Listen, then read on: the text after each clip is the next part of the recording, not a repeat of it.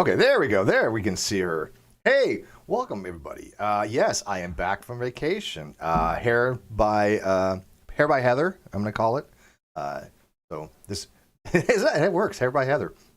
But yes, I had an amazing time. I got to go back to my old homestead area that I lived for like in 20 years, back in Indio, California. Ran into a bunch of friends, an ex-girlfriend that I always have gone along with. Okay, there we go. There we can see her. Hey, welcome everybody. Yes, I am back from vacation. That's you, yeah. I just unmuted. There we go. It's fixed. But anyways, I am back, so I figured we'd just like dive into some stuff because I've been thinking about what I kind of want to start doing on this channel, and I was thinking maybe start talking about some peer review papers because people are always asking, what is it that you've been citing, and what is it you read, and I think maybe as like a lay epistemology person, just pick a paper and see if I can kind of explain it. And the two that I wanted to go over today were Dr. Burgess-Jackson's Rethinking the Presumption of Atheism, and then by the way, he is actually a theist, and then an atheist logician, Dr. Lorenz Demey, who came up with a hexagon opposition for the theist and atheism debate, even though it's not really a debate. But I wanted to show the kind of the dichotomy between new atheism and what you would typically see if you go read a peer review paper on atheism. Because I've asked people in these groups, hey, what peer review paper have you ever read on atheism? And they're like, what are you talking about? There's no such thing as a peer review paper on atheism. I'm like, oh, really? So the collection I have of them don't exist? I mean, that's just nonsense. There's a whole bunch of papers on atheism. But anyways, I do have Cheshire with us. It sounds to me that Steve had like a couple of day hiatus, and now he's back all refreshed with new vigor and new hair and inspiration. Vigor. I like that. Vigor. Vigorous. I do words good sometimes. I speak good. Yeah. Yeah, I mean, I needed that. It really was something to kind of recharge my batteries. I did get off my diet for like 4 days, obviously, because I was like, hey, look, I'm on vacation. I'm going to eat. I mean, there's cheat times. Yeah, look, it's worth it because, I mean, we had the most brilliant sushi. I mean, just, you name it, just dragon rolls and this. And there was more sushi than I've ever seen in one sitting. And it was absolutely just delicious. You're going to have to excuse me. I'm a little bit haggard today. I'm going to turn you down a little bit so on my end. I got you. I got people covered. All right, so that you're not so loud. Yep, you're perfect. And then we had like breakfast at the Palms, which I had this beautiful holiday egg dish that had over salmon, and I'm talking about like the freshest salmon you've ever had in your life. Yeah, with bacon, and I could have had all you could drink mimosas, but I didn't feel like drinking. But yeah, it was definitely delicious. It was definitely a good time. 10-10 would do again. Oh, hey, we got a super chat. Arnie, good morning. 50 knock. Hello, both. Well, hello to you, too. So I guess we'll just dive on into it. But first things first, let me kind of show you the new atheist, what they have to offer as far as this, before we get into the more academic versions of this kind of stuff that I find to be far more interesting. So, Chess, you're going to have to look on the outside here because I'm presenting you the paper. So, by the way, I don't know why my super chats are like showing more than once. I noticed that earlier when I was playing with this. It kept going over and over. So I'm gonna have to turn this off if it keeps going off. Give me a few seconds there. Easy to do in Streamlabs, but if somebody knows the reason for that, why it plays and then like 20 seconds later it plays again, because I don't know. All right, so this is that one. Here we go. So this is what somebody actually put in a Facebook group before I left on vacation. This was their idea of atheism versus theism. This is it. This is their understanding. There's a lot wrong here. To come out on the outside. Now, if they would have put like a U in the corner, at least it would have made a little bit, kind of more sense. A little bit. It would have been have a universal set, and then you would have two sets. Just a red dot? That's it. That's all. This is it. This is the new atheist understanding of the topic, right? Can we start putting things in there that would be considered atheists? Can we? So we can put everything in the blue that exists that's not a theist would be rocks. It would be. I think one of my favorites is an angel's pubic hair would be atheist. Would be atheist. Yes, you're eating an atheist right now. Yeah, I'm drinking millions of atheists right now. Even if God exists, things would still be atheist. That's the problem with this. This is the main problem with this. You have a situation where if God existed, parts of God would be atheist. Yeah, well, like I said, if they had a universal, this is absurd. If they would have had a U in the corner, the way this would have worked would be it should say theist in the middle and then not theist on the outside. Okay. Wait, it's also got like theism inside of atheism. Well, I thought about that too, and I was like, are they trying to say it's a subset of atheism? And I'm going to give them a little bit of benefit of the doubt. I think they just messed that up. I think they just, yeah. I don't think it's not really messed up if they would have put a U, because that's how you would actually show it in a Venn diagram. You show U, then you would have theism and atheism as two sets in the universal set, each one mutually exclusive from each other, not as a subset. I get that, right? But it should be theist and not theist, right? Anything that's not a theist is not a theist. Atoms are not theists because they don't believe in God. But that's not a descriptive label, really, of anything, right? We don't go around saying, hey, I'm a non-duck, I'm a non-tree, I'm a non-car. I mean, there's an infinite of things that we're not. Their diagram is a little bit not... It's easy to confuse what they're trying to portray, which is not good when you're doing visuals. Yeah, well, it's not even a strict dichotomy. I mean, we know that there are other things out there other than theism and atheism. It's not even a strict dichotomy from a philosophical point of view, but it's not even a strict dichotomy from a set point of view. The set would have been theism, and anything that's not theism would be the complement of the set, right? So in a complement set, you have theist and not theist. Those two are both sets in the universal set, which makes sense, right? So in the universe, you have things that are theist and you have things that are not theist. You have things that are Cheshire and things that are not Cheshire. You have things that are dogs and that are not dogs. That's how it works. No big deal. But they decided to arbitrarily change the term not theist to atheism, which is a semantic substitution, completely arbitrary. There's no logical deduction for it. You cannot get to this by any kind of first principles. And then they say, oh, this is the way it has to be. Well, we're going to show you that's not the case. So, but this is their understanding. Would you rank this? Did this be preschool or kindergarten? How old are you when you start eating crayons? I think I enjoyed paste when I was like maybe in third grade, second grade, maybe. Second. We had the good stuff back then. It was toxic. Second half of grade 2. All right, so second year grade 2. I think you're a little off. I think this is earlier. I put this more at like kindergarten level. This is where you start learning primary colors. I just think the coloring of the like staying within the lines is too good. Oh, okay. Fair point. She's thinking from an artist's point of view. They did stay in the lines. Okay, but nowadays that's how paint program works. But we'll give them the benefit of the doubt. All right, so in comparison, before we get into the papers I'm going to read, because this is based upon a lot of things that I read. I didn't just pull this out my ass, contrary to what people think. This would be, a more academic understanding of these terms, right? Using Venn diagrams, completely different from the one I just showed you. This actually was co-created by myself and Landon Kurt Knoll, who helped me create the legend for this in a way that was very precise and non-ambiguous. I came up with the Venn diagram on top, and then he, like I said, he kind of helped me word the bottom part specifically so there was no ambiguity. So I did give him credit for that. So I call it the McCrae-Knoll Venn diagram.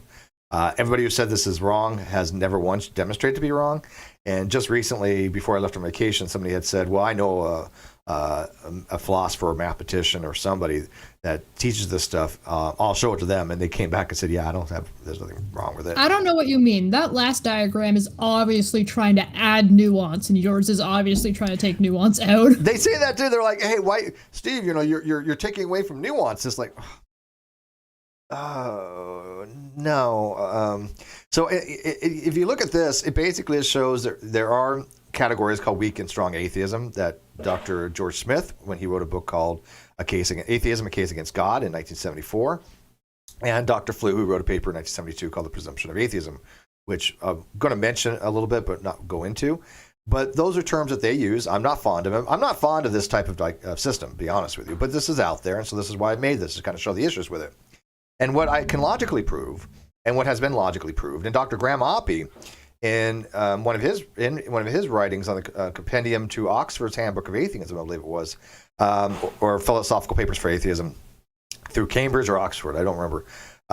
He actually had noted that weak atheism, right? If you're a weak atheist, you have to be either actually a strong atheist, and that's a subset of that, strong atheism is a subset of that, or you're agnostic. There is no way to really stay as a weak atheist because there's only really three positions. There's a position they believe is true, position they believe is false, position they believe neither. And of course, there's position you believe both, but that would obviously be irrational. So you can't just sit there. You can't just say I'm a weak atheist. What kind of weak atheist? I mean, are you actually a strong atheist or agnostic? You know, there is something that is consistent with the new atheist TM.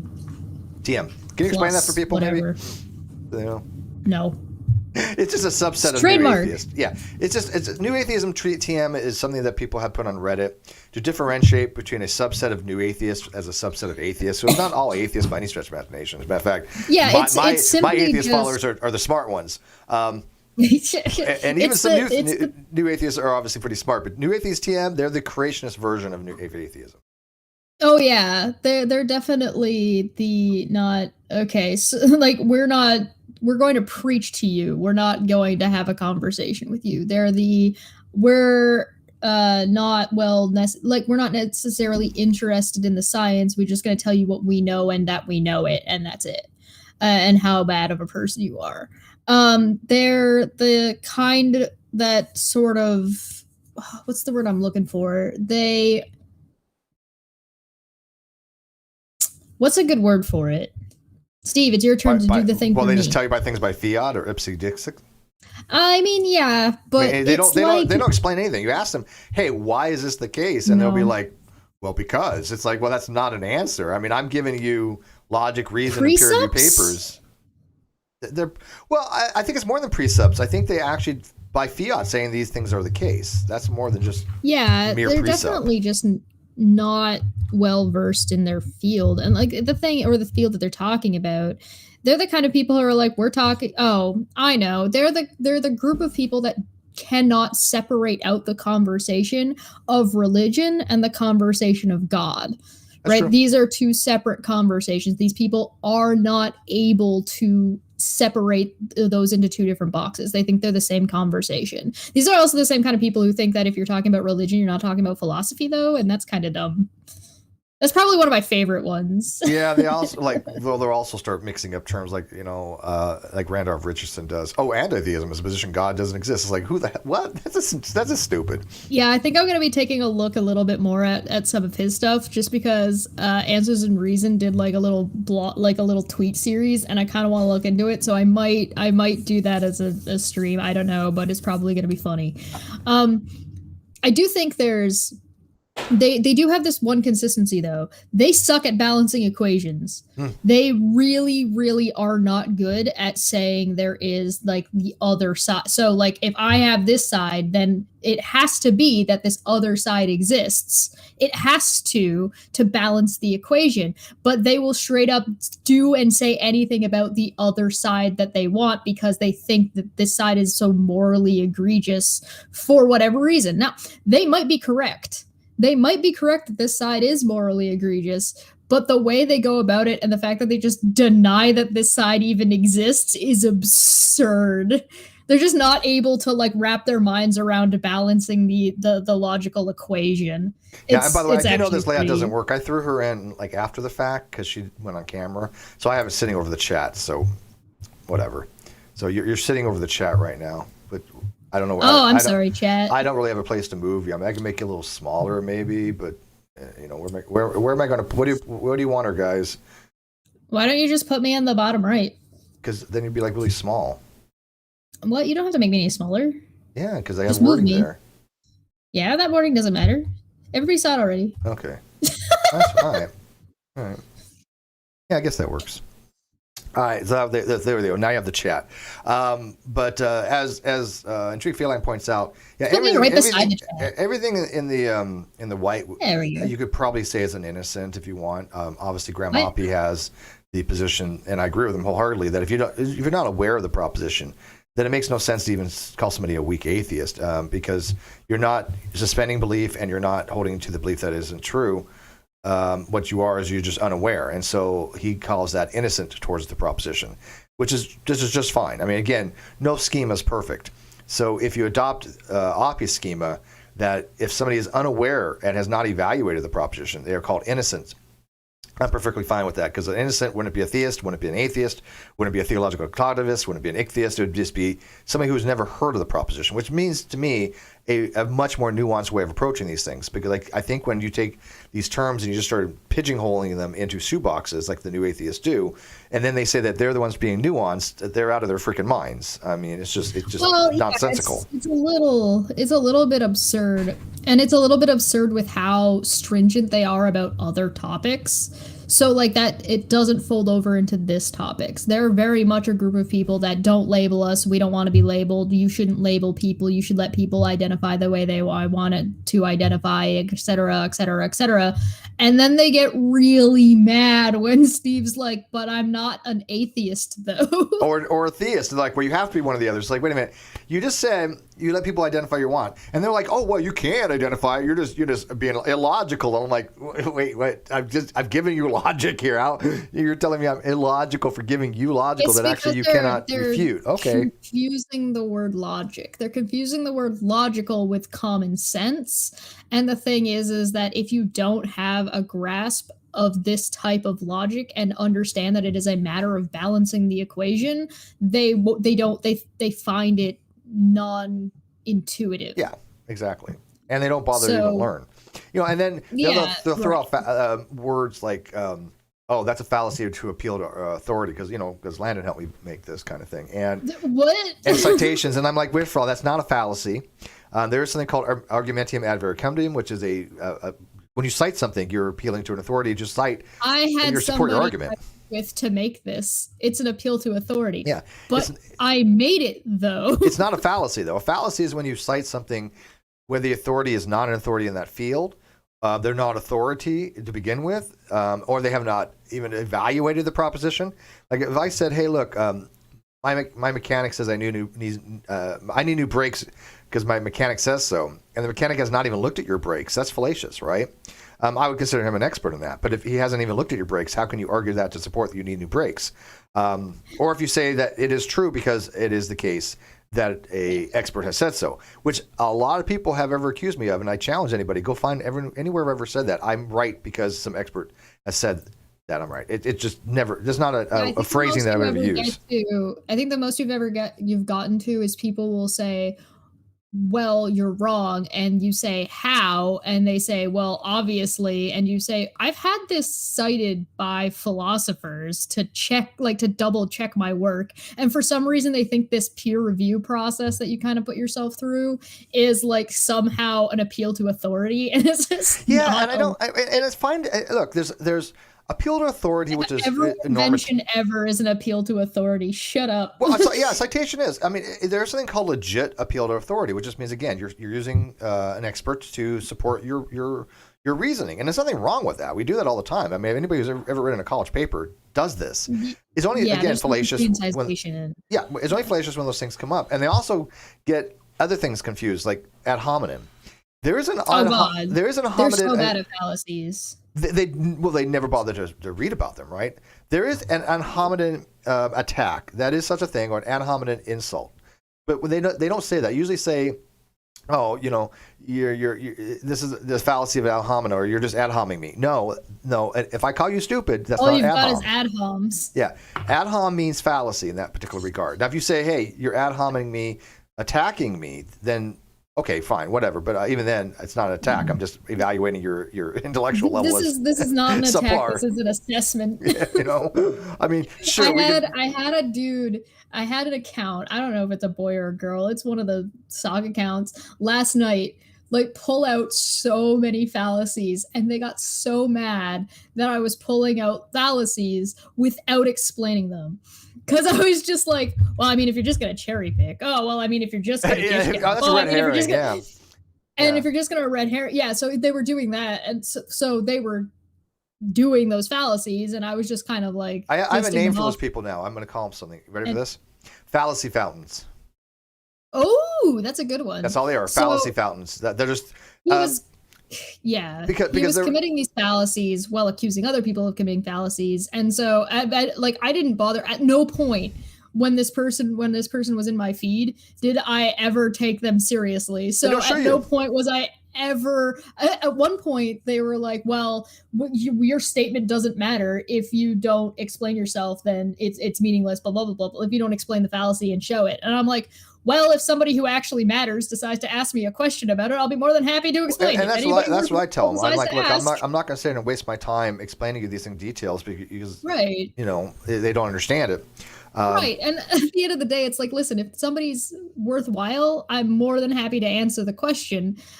However, there's a really good chance that anybody worthwhile already knows this. Well, and another one they use all the time is straw man. They get that one so often. And I watched a video that somebody showed me that it was great. It's called straw crows. People are just like, straw man, that's straw man. And it's like, no, that's not a straw man fallacy.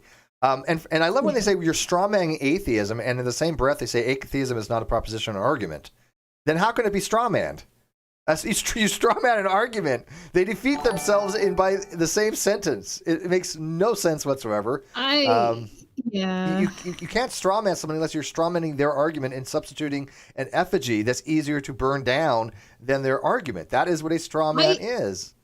I have had people in the past accuse me of straw manning while I'm trying to either clarify what they're saying or I'm trying to steel man them. So I'm asking them to try and understand what they're trying to say, and they're like, "You're just straw manning me up." No, I'm trying to understand what the hell you're trying to say to me. Yeah, and you might get it wrong, right? You might get it wrong, but that's not an attempt to destroy. Yeah, because I'm not attacking that position. I'm just steel man is completely the opposite. Steel man is completely the opposite.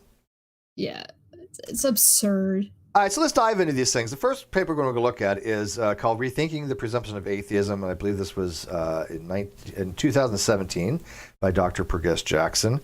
Not going to go over the whole paper. I'm just going to go over a very specific part of it where he's talking about the square of opposition. The paper in general, if you want to go read it, is in the video description. It basically takes Dr. Flu's paper called The Presumption of Atheism and explains why his argument is not very good.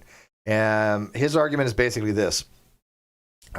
We should presume that atheism is the default status somebody should have as negative atheism if the theist has not made their argument. Now, there's a lot of problems with that. There's a lot of problems with that. Well, the first problem actually is that, as numerous people have pointed out over the years, and I believe Oppie has as well, Burgess-Jackson has, and I think Malik has, they've all pointed out that the paper, The Presumption of Atheism, should have been called The Presumption of Agnosticism. Because that's what he's arguing for. Until near the mid or end, he actually changes his position. And we'll get into that. But he actually changes from mere non-belief or unbelief to non-existence of God. And when you say that the atheism is the presumption of the non-existence of God, you're no longer in this negative weak atheism. You're now in the strong case. And so he seems to be very convoluted in his own paper. And so the presumption of atheism was never well received by the philosophy community. There's a lot of issues with it. And this paper that we're going to go over a little bit kind of goes into the reasoning why, from a jurisprudence approach for the legal system, why we have a system where you have a presumption of innocence for a defendant. I mean, should I go over 2 seconds of what the paper is about and go into this, or does it matter? Because I don't want to go find it in there, but I'll do the nutshell, the Too Long Didn't Read version if you want. Yeah, TLDR it. All right. Too Long Didn't Read version is this. In our judicial system for America, we have four possible outcomes for something. We have the free person going free, which is what we want, right? An innocent person going to jail, which is called a judicial error. We don't want that. We have a guilty party going to jail, which is a judicial good, and we have a guilty party going free, which is again a judicial error. So there's two situations which are good: the innocent man or the not guilty man. I should say the innocent man because there is a difference. The innocent man didn't do the crime, and the not guilty just means they didn't have enough reason to convict. And so it's a matter of building a system or a schema to get the one you want over the other ones in the yes, yeah, and that's exactly what he argues. He argues that in our system, it is a greater judicial error to have a free man go to jail than a guilty man go free. And so there is a presumption of innocence because we as moral agents consider that to be a higher value of our judicial system to say, look, if a innocent man goes to jail, we find that to be more morally egregious than a guilty man going free. That's why we have the presumption of innocence. But there's no such presumption like that for atheism and theism, right? There's no consequences unless, a theist might argue, well, if you don't believe in God or you believe God doesn't exist, you're going to hell. They might argue, from a theistic point of view, a presumption that you should have theism, right? Oh, Pascal's wager kind of thing. They might argue that. But there's no argument from an atheist point of view to say, why should we have a presumption of atheism? There's no reason for it. There's no necessity there. There's no urgency there as to compare it to the judicial system. It doesn't seem like a good way to get to a truth or an answer. It's not. Yeah. It doesn't seem like a good way to effective. I think would be a better word. It doesn't seem like a very effective way to go about conversation. Yeah, well, there's no conversation with those people. It's like, prove to me God exists, or I'm going to default judgment to atheism. Okay, well, that's what I would expect out of a kindergartner kind of person. Well, congratulations, since there hasn't been any definitive proof that can be examined in that way that would be convincing to everyone that God exists, then all the theists are atheists too. Good well, and all they do is and that's doing the same thing that they complain theists do to them by saying, oh, well, you're just, God is real, you're just rejecting him. It's like, well, you know God's not real, you're just... Well, they're not even saying that. They're like, oh, I don't believe you. And I keep asking them... They're doing it in a roundabout way. I know, and most of them do actually hold the belief that God doesn't exist. They're just kind of, pussyfooting around. But it's just like, so you're advocating non-belief, you're advocating unbelief, you're advocating agnosticism, just as what I said about the American Atheist and Atheist Republic and the Atheist Community of Austin and Atheist Experience. If you really think about it, in no substantive way are they promoting atheism. They are promoting agnosticism, and I know they hate that. And they're like, "Oh, well, Steve's telling people what they are." No, I'm not. I'm telling you from a philosophical viewpoint, that's the position they're promoting. Because weak atheism can only be agnosticism or strong atheism. There is no other positions logically. Go do the logic, and we'll get into that. But you'll see that be the case. It really doesn't help their image or the old school initial goal of being like atheists are just people too. We're not assholes. We're just people like your people. And then they're just going around being complete assholes. And it's like, well, there goes all that work, I guess. Thanks, internet. Well, that's all they do. That's all they do is go around and just parrot. I don't believe you. You don't prove to me. And they're just jerks to people about it, right? Like if they weren't if that's what they were doing, that'd be fine. The difference with things like the atheist experience is that they're a call-in show. The theist has to approach them to have that conversation and get into that. But that's not what these people do. They Jehovah's Witness go out and bang on your door and be like, hey, listen, bitch. Well, and again, when you ask them for their evidence, their reasoning, or their logic, they just shut down, right? And they say, "Oh, Steve's this mean poopy head." Okay, but anyway, so let's dive into this. So I'm going to start kind of here. If you look at the paper, it's not that long, but what really stands out to me is this part here, coming up with what's called the square of opposition. Square of opposition was Aristotelian on how to deal with categories, categorical things like all, some. And so there's what's called contradictories, contraries, sub-alterations, and we'll get into that kind of stuff in a second. But the square of opposition has been around for a very long time in the Aristotelian sense. And so what he notes is this. He says, suppose one defines theism as the doctrine or belief that God exists, and atheism as the doctrine or belief that God does not exist. Now, again, this is standard here. In every paper you read about atheism, this is pretty much how they do it. There's no straw manning here. The surprise of nobody. Yeah, this is an academic understanding. Simple as that. So if somebody says, well, they're just using the wrong definitions, those people could be dismissed seriously by fiat. Why bother with them? They have no understanding of this topic. As soon as somebody says, hey, I'm going to throw out some descriptive definition to you as a defeater, they're not worth your time. Because let me make this very clear for a dictionary. In a dictionary, you have an object, and then you have the description of that object.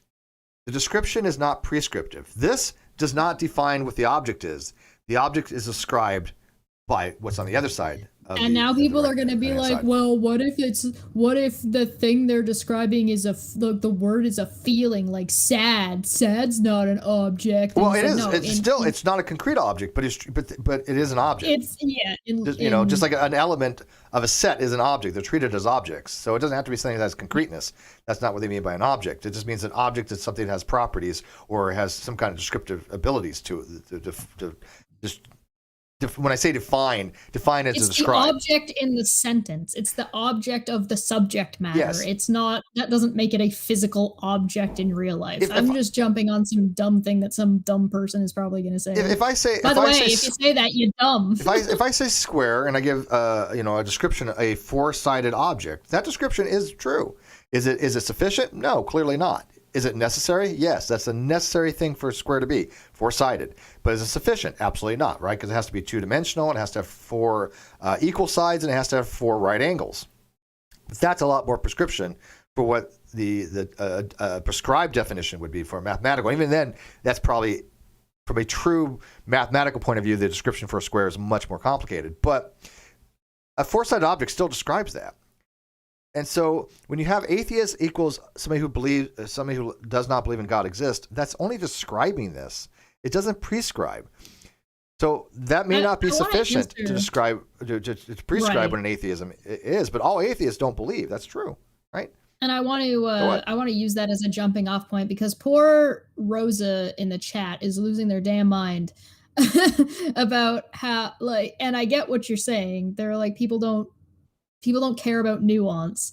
What's with the logic crap? People can just not believe. People use word logic isn't why people believe in God. Why do people need logic to call themselves atheist? So it has to do with epistemology and why you understand or why you believe what you believe. If you don't have a good understanding of the reasons why you believe something, or don't believe something, why do you believe one or the other? If you don't have a good standard as to what you do or do not. And so it falls into that if you ask the question and you're using this lack theism, it's vague and confusing and you don't actually answer the question. It's not really because, people need to fit in these categories. That's not really what it's about. It's about the holes that get caused when you use these kinds of definitions within logic. So if you're entering the conversation, it matters. If you're not entering the conversation, whatever, who cares? if you're not having the conversation, it doesn't matter whatsoever. You call yourself a crocodile for all I care. And they can, but the logic is a breakdown of the wording, right? When you say I do not believe, that is broken down logically, and we'll get into that. So again, this is pretty standard stuff. If you go read Moser, you go read Flume acknowledges this too in a paper. 99% of people don't do that. Don't do what? Have the conversation? Well, that's fine. That's up to them. Yeah, then they don't have to. This isn't for them. They don't have to. Yeah, this is for people that want to learn about atheism, not for people that don't care about having the conversation. Okay, they don't. Yeah, nobody's gonna. This is strictly for the people that want to like, learn about the logic. Hi, I'm and the from reasoning. the Steve McRae cult. Have you heard about logic? All right, so understood. Atheism and theism are contradictories. Either God exists or God does not exist. And I've said this many times. And what they mean by this is, and Oppie says the exact same thing, that they're contradictories. If it's the case that God exists, then theism would be true, right? The belief of theism would be true, right? I would have true belief. If God doesn't exist and I'm an atheist that believes that there are no gods, then that belief would be true. So what they mean by contradictories is that both beliefs, not specifically the ontological states, which again, only one of them could be the case, but the beliefs themselves, one of them has to be true, one of them has to be a false belief. They both can't be true beliefs, and they both can't be false beliefs, right? One of them has to be a true belief, and only one. That's what they mean by contradictories, right? So if God exists, then theism is true, and atheism is false. If God does not exist, then atheism is true, and theism is false. What they're talking about, again, is the belief, right? The proposition of the belief, I should say, because the proposition that God exists, that would be true if God exists, right? So the belief is going to be true if God exists, correct? Right? So I mean, if I have a false belief, I can have a false belief. I can say, look, I believe there are no gods, But if God does exist, then the atheist would have a false belief. They would have a proposition that's false, proposition that God does not exist. Poor Rosa in the chat is just lost the plot. Yeah, well, I don't have time to get them up to speed. So that's why I have mods for. You do your thing, man. Yeah. I don't want to get too distracted from the people that actually want to learn. I just thought that one question was worth Rosa, answering. This is not. Real quick, this isn't a discussion about. This is not first grade new atheism, atheist experience stuff. We're trying to elevate things to a higher level. That's what we do on this channel. We're catering to people that have an IQ above room temperature. I don't know how we got Chesh in here, but we'll make some exceptions. It's because I'm in Canada. The temperature's lower. She measures IQ in Celsius, so. I fucking would too. Oh god. It means about the same to me. It's about the same. Yeah. IQ is meaningless to me. Don't explain it to me. I don't want to know. Oh, you didn't see my Facebook page the other day where somebody was like, I was qualified for Mensa and I have 175 IQ and I lecture on this kind of stuff. I'm like, you're an idiot and you have no idea what you're talking about. Whoever had you as a lecturer. Okay. But all right. It was hilarious. I'm not even joking. These are word for word what they were saying. If God exists, so a presumption of atheism on this understanding of terms would be theoretical, contemplative presumption rather than a practical, deliberative presumption. So these are more, like I said, just contemplations of Flew argued that we should just have a default position that God, that we shouldn't accept that God exists based upon the quote lack of evidence for theism, which again is more evidential atheism, but he never quite, I think, makes that argument very well. For it has to do with the belief rather than action, which is not to say the two are unconnected. So in other words, there was no action to be had for not having a belief, right? There's maybe a mental action, but there's no physical action required for that. It's just a contemplative thing. What is your psychological stance on this particular position? Because that's what the weak atheism is. It's not a propositional stance. It's a psychological stance. To put it in terms employed earlier, a presumption of atheism is determination or decision to take for granted that God does not exist unless and until considerations to the contrary are adduced by someone who wishes to rebut the proposition or come to light. Now, this is interesting because in Flew's paper, he had stipulated that atheism was the belief that God does not exist, but he wanted it changed to the negative sense. But the negative sense is not the position, right? To presume that God does not exist until demonstrated. That actually borderlines on argument from ignorance. But the fact that you can have, for any presumption, you can rebut the presumption, right? That's what a legal term is, to rebut the presumption of innocence, is to show the person committed the crime and found that person guilty. So for Flew to say, hey, look, we're going to have the presumption of atheism, he's giving a way to rebut that to the theist by giving a chance for the theist to give evidence that God exists.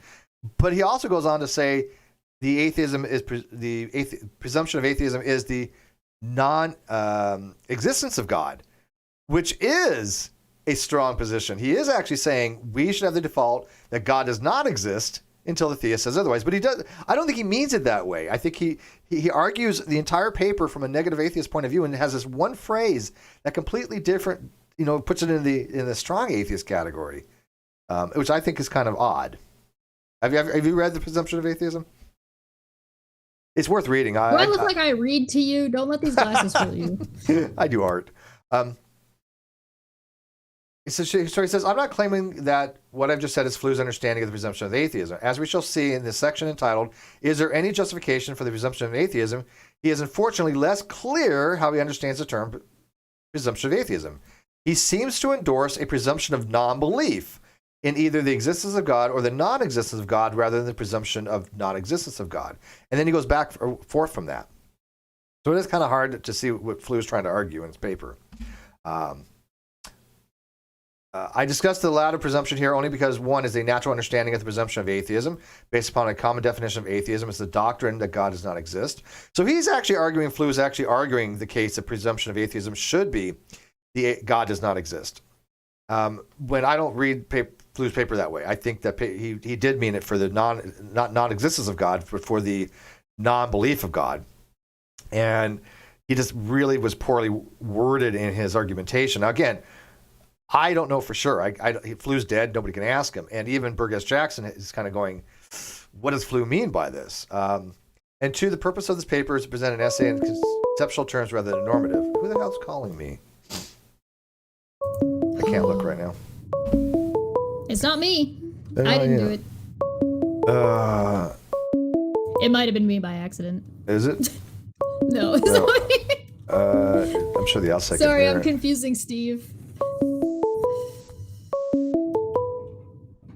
I don't know who this is, and I can't get to it, and I don't care.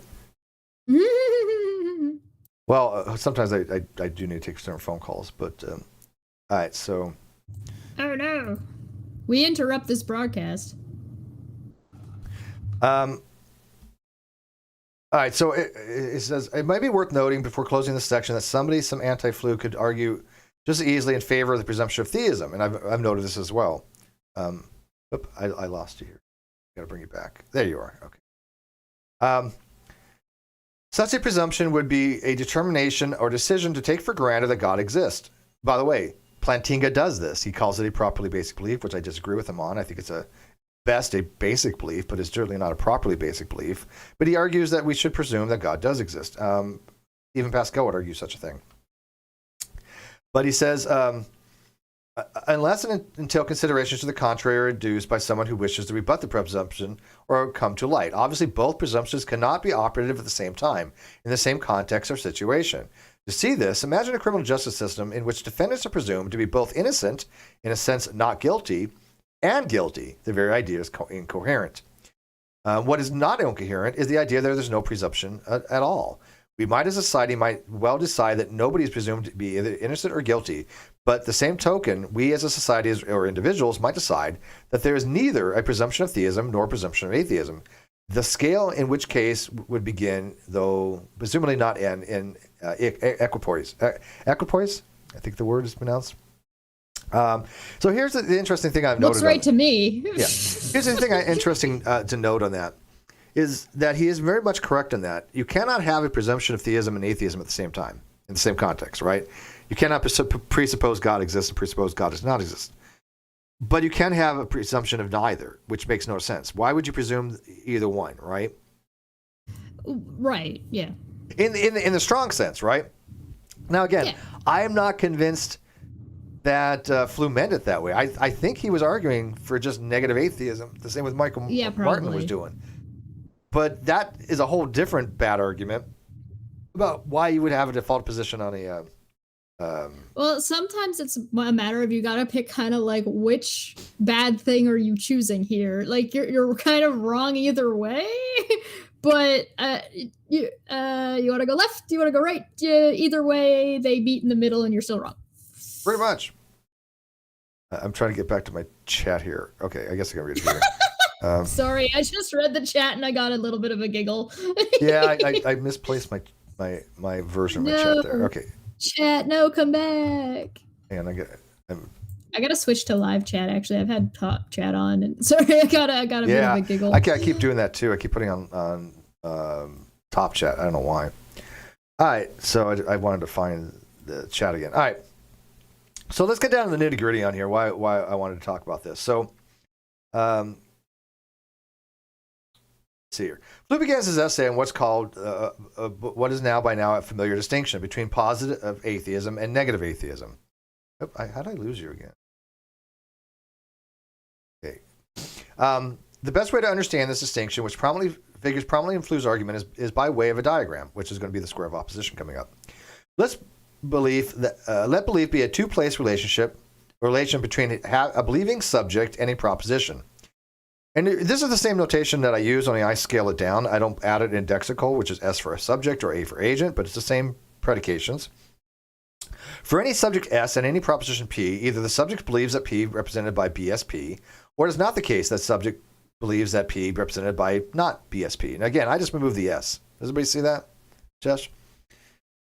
Burgess-Jackson adds an S for a subject. Yeah. But that's just an indexical. You can have A for agent too. So I don't use that. And the reason being is that I want to make it as simple as possible. If you read Dr. Armstrong's paper on does knowledge require belief? No, it's Yeah, I think it's does knowledge require belief? I'm not sure. But one of his papers, he uses KAP for agent. So, but let us call these states respectively belief that P and non-belief that P. So belief that P would be believes P, or believes not P, and non-belief of P would be not BSP. So this means you read this as I do not believe, or subject does not believe P is true.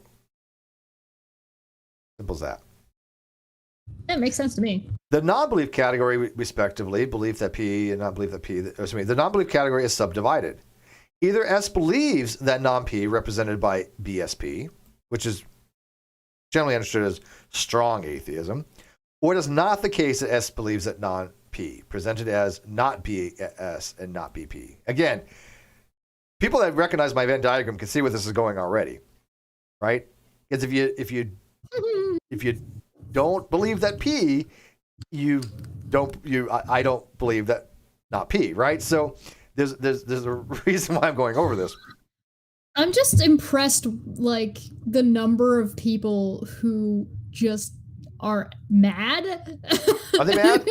Logic pisses people off. I don't know why. Dude, so mad. Yeah. It's like, why? Let us call these first of these two subsidiary states disbelief, that P. By the way, disbelief means to believe the negation. We've already well established this. If you go look at Rutgers Philosophy 101, in every paper that I've read, it utilizes it the same way. So disbelief means to believe the negation. Here's our aforementioned diagram. Here, and right here, even notes here. It is important to distinguish between belief and non-belief. Between believing a sentence is false and merely not believing it's true. Disbelief is a case of belief. To believe a sentence false is to believe the negation of the sentence is true. We disbelieve that there are ghosts. We believe that there are none. Can you read that again, Cheshire, for the people in the back that still don't understand this? Like, Matt Dillahunty? Disbelief is a case of belief. To believe a stance false is to believe the negation of the stance true. We disbelieve that there are ghosts. We believe that there are none.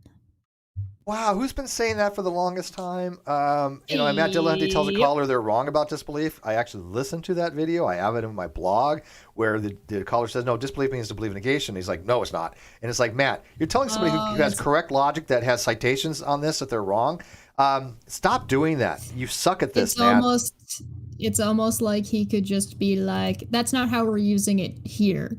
That would be fine. If you want to talk about that, go over there. Yeah, no, but that's not. They make categorical statements, right? That's the problem.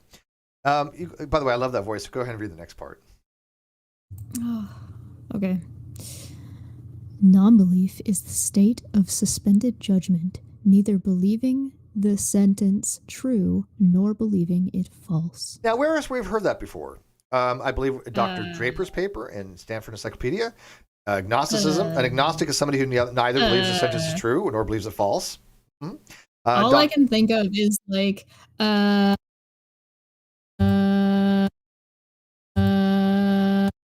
Dr. Oppie says the same thing. Dr. Oppie says agnostic is a person who neither believes that the proposition is true or neither believes it's false.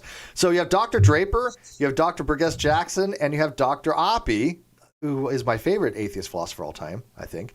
All saying non-belief is a state of judgment, and that's called agnostic. Hello, I'm not just pulling out this up my ass here. You got three peer-reviewed papers on this stuff, and you still have, new atheists going doop. Oh, hey, King Crocodile's here. Hey, good. Maybe King Crocodile can learn something. No, I'm just kidding. He won't touch this. No, I love King Crocodile because he won't touch this. He's like, hey, Steve, you got this. I won't fuck around with cosmology, right, or cosmogony. I'm not going to go and explain to him astrophysics because that's his genre. I just enjoy that every time I'm like in like complete garbage mode, it's people I like show up. God damn it. See, King, you got to tell me when you come by so she can look pretty for you, is what she's saying. She got to guss yourself up. Yeah. Man. I mean, I thought that was pretty cool. I got pretty for you, King. Don't judge me. No. Don't judge me. Hey, he doesn't live that far from me. All right, so let's continue on. But yeah, welcome, King Crocodile. Always a pleasure to see you, my friend. He's making philosophy videos. Oh, please, I want to see those. Well, it doesn't matter the topic. If it's philosophy, man. Just pick one. Do something about objective morality or something. That'd be awesome. Yay! All right, so let's dive back into this. So you basically have, again, this is going to be his legend. I'm just going to skip the top part because it really goes down to the bottom part here. But if we let G be the proposition God exists, I use P as proposition, but G is just fine. In fact, let me know what you guys think in the comment section on the live chat, which you prefer for the notation going forward. I'm just so used to using mine, but having G as the proposition God exists seems a little bit more specific. But for G. Yeah, for God. All right, so we get three jointly exhaustive and mutually exclusive categories. And so when people say atheism and agnosticism are not mutually exclusive, you can tell them to piss off. It is ontologically speaking. As far as in the domain of ontology, epistemology, or in the domain of ontology, agnosticism is the position of not believing P is true, nor believing P is false. It has nothing to do with knowledge. They don't know what the hell they're talking about. They need to stop telling people agnosticism is about knowledge. No, it's not. Not in this type of discourse. Again, words have different usages. All right, so theism, the belief that God exists, BSG, which I use what for? Oh, hey, Otangelo's here. You want to explain your justification for what you did before about outing that person without their consent? They still haven't answered you on that? Nope. If you don't answer with your next message, I'm timing you out again. All right, so I use BP, but it means the same exact thing. So I want people to understand my terminology versus this. Atheism, the belief that God does not exist, would be BS, not G. In my case, I use B, not P. Okay. Yeah, I think P is just fine too, but I just want people to understand that there are reasons why you can use different nomenclature. Again, I could actually put this as BA, not G. The agent believes that G is false, right? I just don't have an indexical. And I know, by the way, and very few people have ever pointed this out. It's not a correction. I do it on purpose. But they say switching accounts isn't going to trick me, dumbass. They say, when I said like BP means I believe that P is true. That is not technically correct. I understand that because there's no indexical we have there, but it's just easier to explain to people sometimes. Agnosticism. Non-belief that God exists, not BSG, and non-belief that God does not exist, non-BS, not G. Boy, that sounds familiar to my Venn diagram, doesn't it? Only I have not BP and not B, not P. Yes. You guys see where this is going with this? Do you guys need me to show you the Venn diagram again real quick? I feel like I can see the future right now. Here, just wrong Venn. So there's my Venn again. Notice the agnostic in the middle there? Yes. So there's method to my madness there. And every time I do that, I take you off screen for some reason. I don't know. All right. Hi, everybody. Oh, I'm back. Hi, everybody. I'm gone again. Bye, everybody. Why does it if I cover it up with a window, you disappear. So I got to leave a little bit. If you don't want me here, you could just not tag me on Twitter. I don't have vmix. I'm using slobs. That's why. Should I just use this opportunity to go get more tea? Well, I have two monitors and I have a third, but the third doesn't work. I had a nice third monitor, but I broke it. So I'm using this other one, or trying to get this other third one to work. And so I have the display projector output that I just want to that one. I'm using this one for the display projector output now, so I can read everything. And so I have all my windows on this one, so it's just all mixed up. 50 Noke from Arnie. Just because King Croc is in the chat. Smiley emoticon. Yeah, I'll reach out to him later on. And it's here. That is an old school. Yeah. That is an old school emoticon. Hell yeah. It's got the little nose. I made one with a hat the other day. Steve, methinks. I don't think Desert File knows who I am. All right, but anyways, move on. It is tempting to stop here and refer to theists, atheists, agnostics respectively as believers, disbelievers, and non-believers. But that would be misleading because both theism and atheism involve non-belief as well. This is an extremely important sentence. Now, I'm not fully in agree with him because look, when we say non-belief, we are going to be using it more normatively towards the position of God. I get that, but he's absolutely right. Theism is non-belief. Think about this. before people have Pavlovian responses, because this is one thing that drives me nuts about new atheists. They have Pavlovian fixed responses, and they go around retweeting what I say or posting it on Facebook going, look at this madness Steve is saying. Instead of understanding what the hell I'm talking about.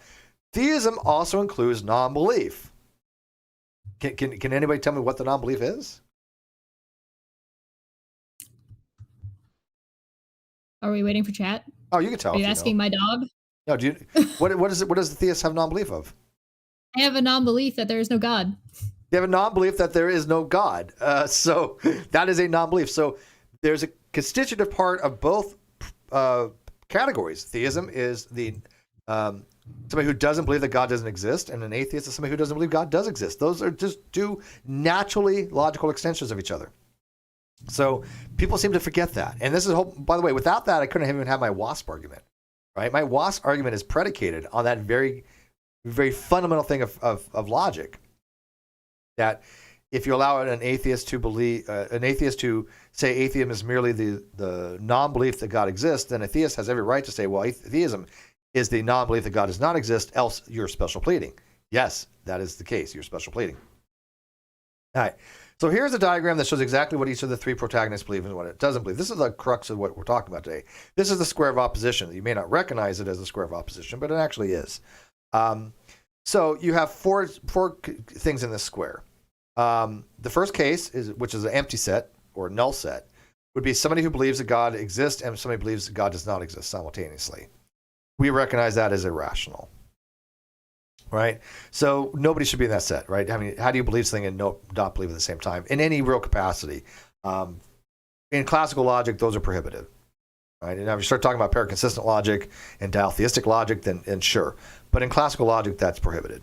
So would you agree here, Chesh, that BSG and BS not G, if that was a conjunction, that would have a null set. So if you read this as believes God exists, subject believes God exists, and subject believes God does not exist, that should have nobody in that category, correct? I just like that it's called BS.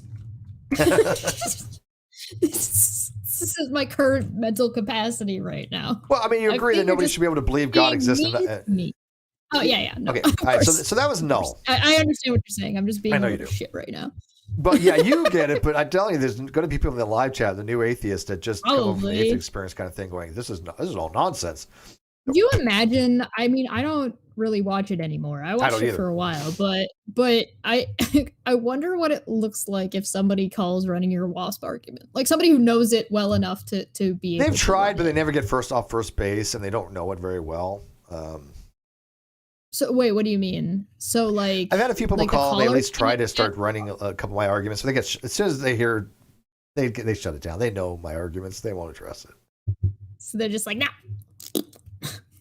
All right. So the next situation, we have non-belief in the existence of God, which is not PSG. And Steve is the epitome of the gif of "Why are you booing me? I'm right." Yes, yes, exactly. I am. Like I thought it was my life. It is probably more Steve's. And I've got the logic and the citations to back it up. And people are like, well, that's just appeal to authority. It's logic and it's peer reviewed. Okay. And by the way, yes, I do use Sci-Hub. I understand the moral implications of it. Don't come after me for it. I'm too poor for paywall. Okay. I think the information should be free. But I'm a huge Sci-Hub fan. All right. So if you look here, the non-belief in the existence of God here and the belief that God does not exist here is atheism. This entails this as what's called a sub-alteration, which we'll get into. But these are the only four categories you can be in on the square of opposition. Okay? So non-belief has to be atheism or agnosticism down at the bottom here. This is what I said earlier. Remember, as I kept saying, you cannot stay in the weak case position. You cannot stay as a weak atheist in any real sense. You have to still logically fall into either an atheist that believes it's not the case that God exists, or has no position either way, agnosticism. And we'll get into that in a second here. You begin to see how this is flowing, right? Again, I keep telling people there's a method to my madness here. I never did really a deep dive on air to show you guys. And I was thinking, maybe I really should. And I was thinking about doing it as Caffeine Corner, but I thought this would be a little more technical than what we do on Caffeine Corner. It is a little So- bit. I think Caffeine Corner is a little bit more. Having something like this tied with Caffeine Corner, I think, is good. So like maybe lumping them together and being like, okay, so here's like the day-to-day life stuff. Here's the more advanced Yeah. stuff, and then here's how to apply that more advanced stuff in your like kind of nonsense. I agree, and this would be a lot more in depth. So, all right, It's so a good both work as supplementals for each other. I think that's the way to put works it. for me. So look at this one on the square of opposition. Believes God Hey, does exists. that mean I'm getting paid for these ones too? I'll hook you up. I'll take care of you. Hey, I'm gonna be rolling. I've made $6 so far. I think comes to be. People don't know how much it costs for her for her living in Canada. PayPal sucks, man. You need to get an American account. I do. It costs a lot of should. money to send people on PayPal for I ought Canada. to.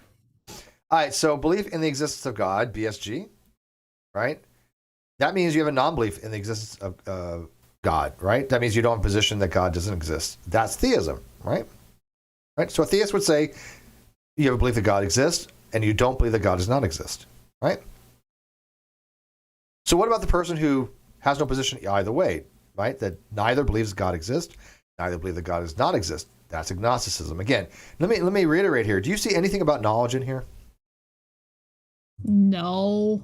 Do you see any predication for knowledge? K? I would imagine that. Yeah, I would imagine that knowledge would have its own symbol. It would K. have its own nomer, Yeah, right? KP would be nose P. And I have not seen K for knife anywhere in this. Yeah, matter of fact, in the strong acceptance case for knowledge, KAP would imply CAP, which means knowledge implies certainty.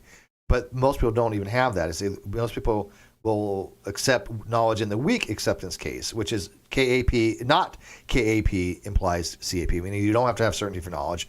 But KAP implies BAP, meaning that you have to have belief for knowledge, because knowledge is a subset of belief. And we keep telling people that, but they don't get it.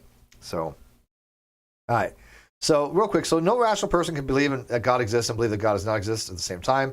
So one of the four categories in this in the diagram is empty, while the diagram discloses two salient facts. Theists are both believers in the existence of God and non-believers in the non-existence of God.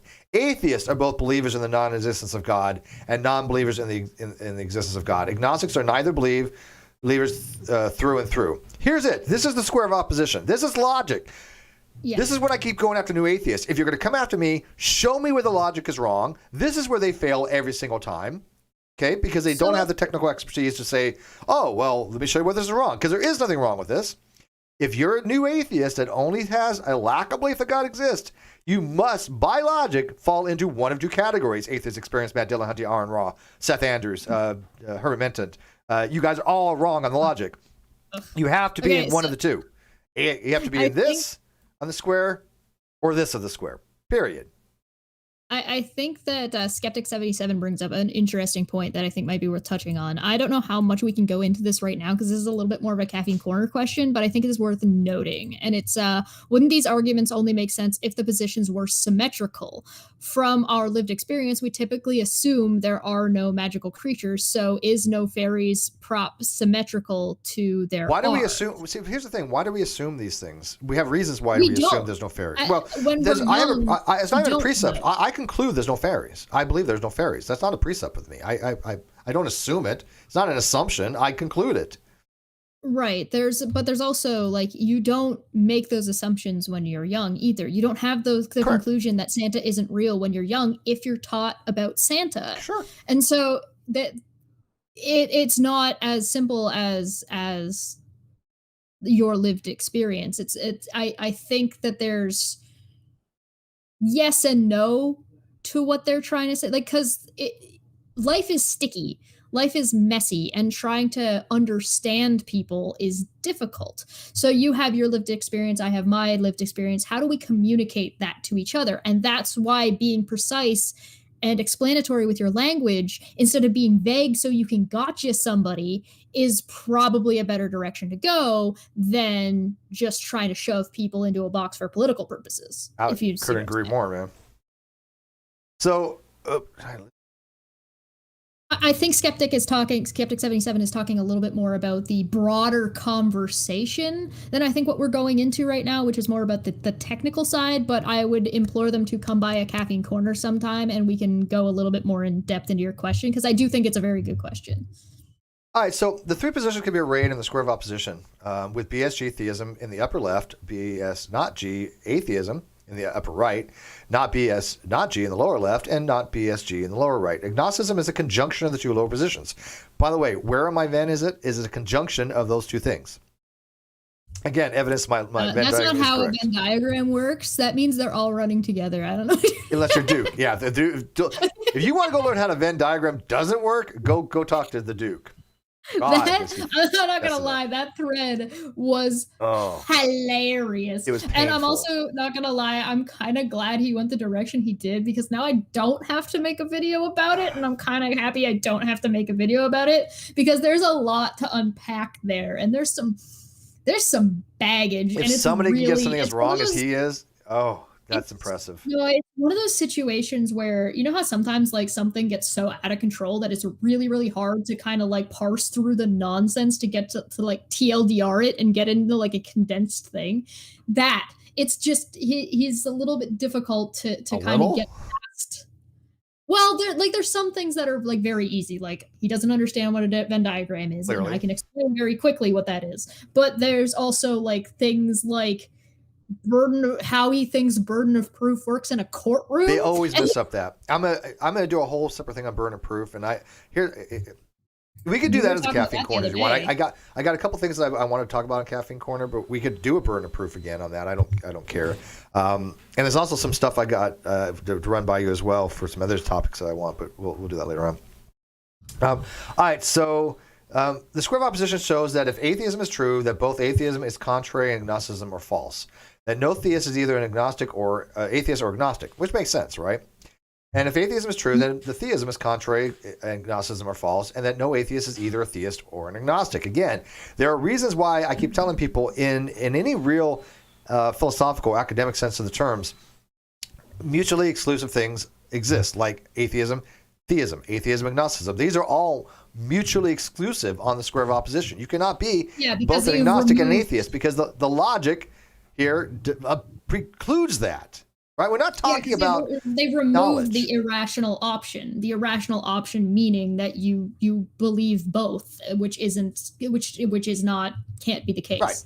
Yeah, well, they'll also say, well, we mean agnosticism. We'll say we mean agnosticism in the no ability of God sense. Okay, then you're talking about a different topic altogether, and you talk about the epistemological proposition of agnosticism, which I'm not talking about.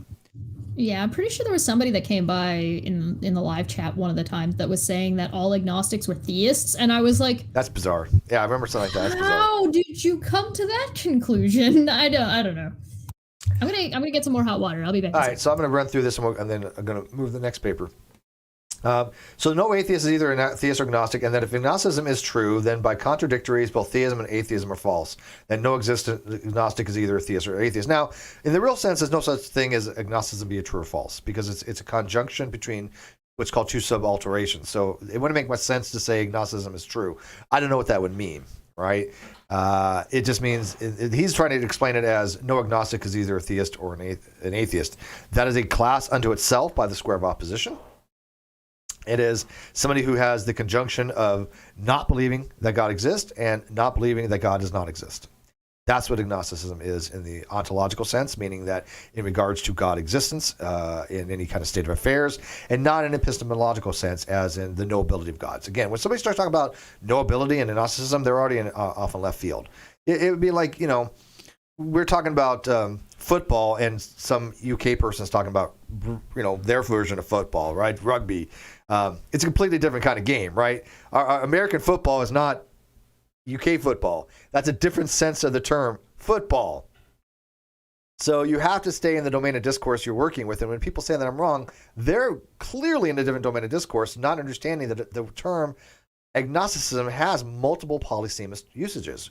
There's obviously the usage here, which again in this domain is going to be the non-belief of the existence of God and the non-belief of the non-existence of God. In the epistemological domain is the knowability of gods, which gets really kind of confusing a little bit. And there's also the Huxley domain, which is the epistemic normative principle of agnosticism, which is very, very similar to logical positivism, I think, and evidentialism, maybe even empiricism and verificationism. And if you really want to try to put it out there, more along the lines of scientific methodology. But that's Huxley's, and that was 120 years ago, and that's not how the term is used in modernity, as I keep pointing out to people. All right, so that's about all for that particular paper. That shows you the square of opposition here again. So everything I've been saying on this stuff is true. Everything I've been saying on the Venn diagram is spot on. So when people ever see anybody says otherwise, just show them this video and tell them to actually watch it. They won't. They don't care. But let me move on to the next paper. I've returned. Yay. Spook. Doing a heckin' surprise. Happy birthday. All right. Got more tea.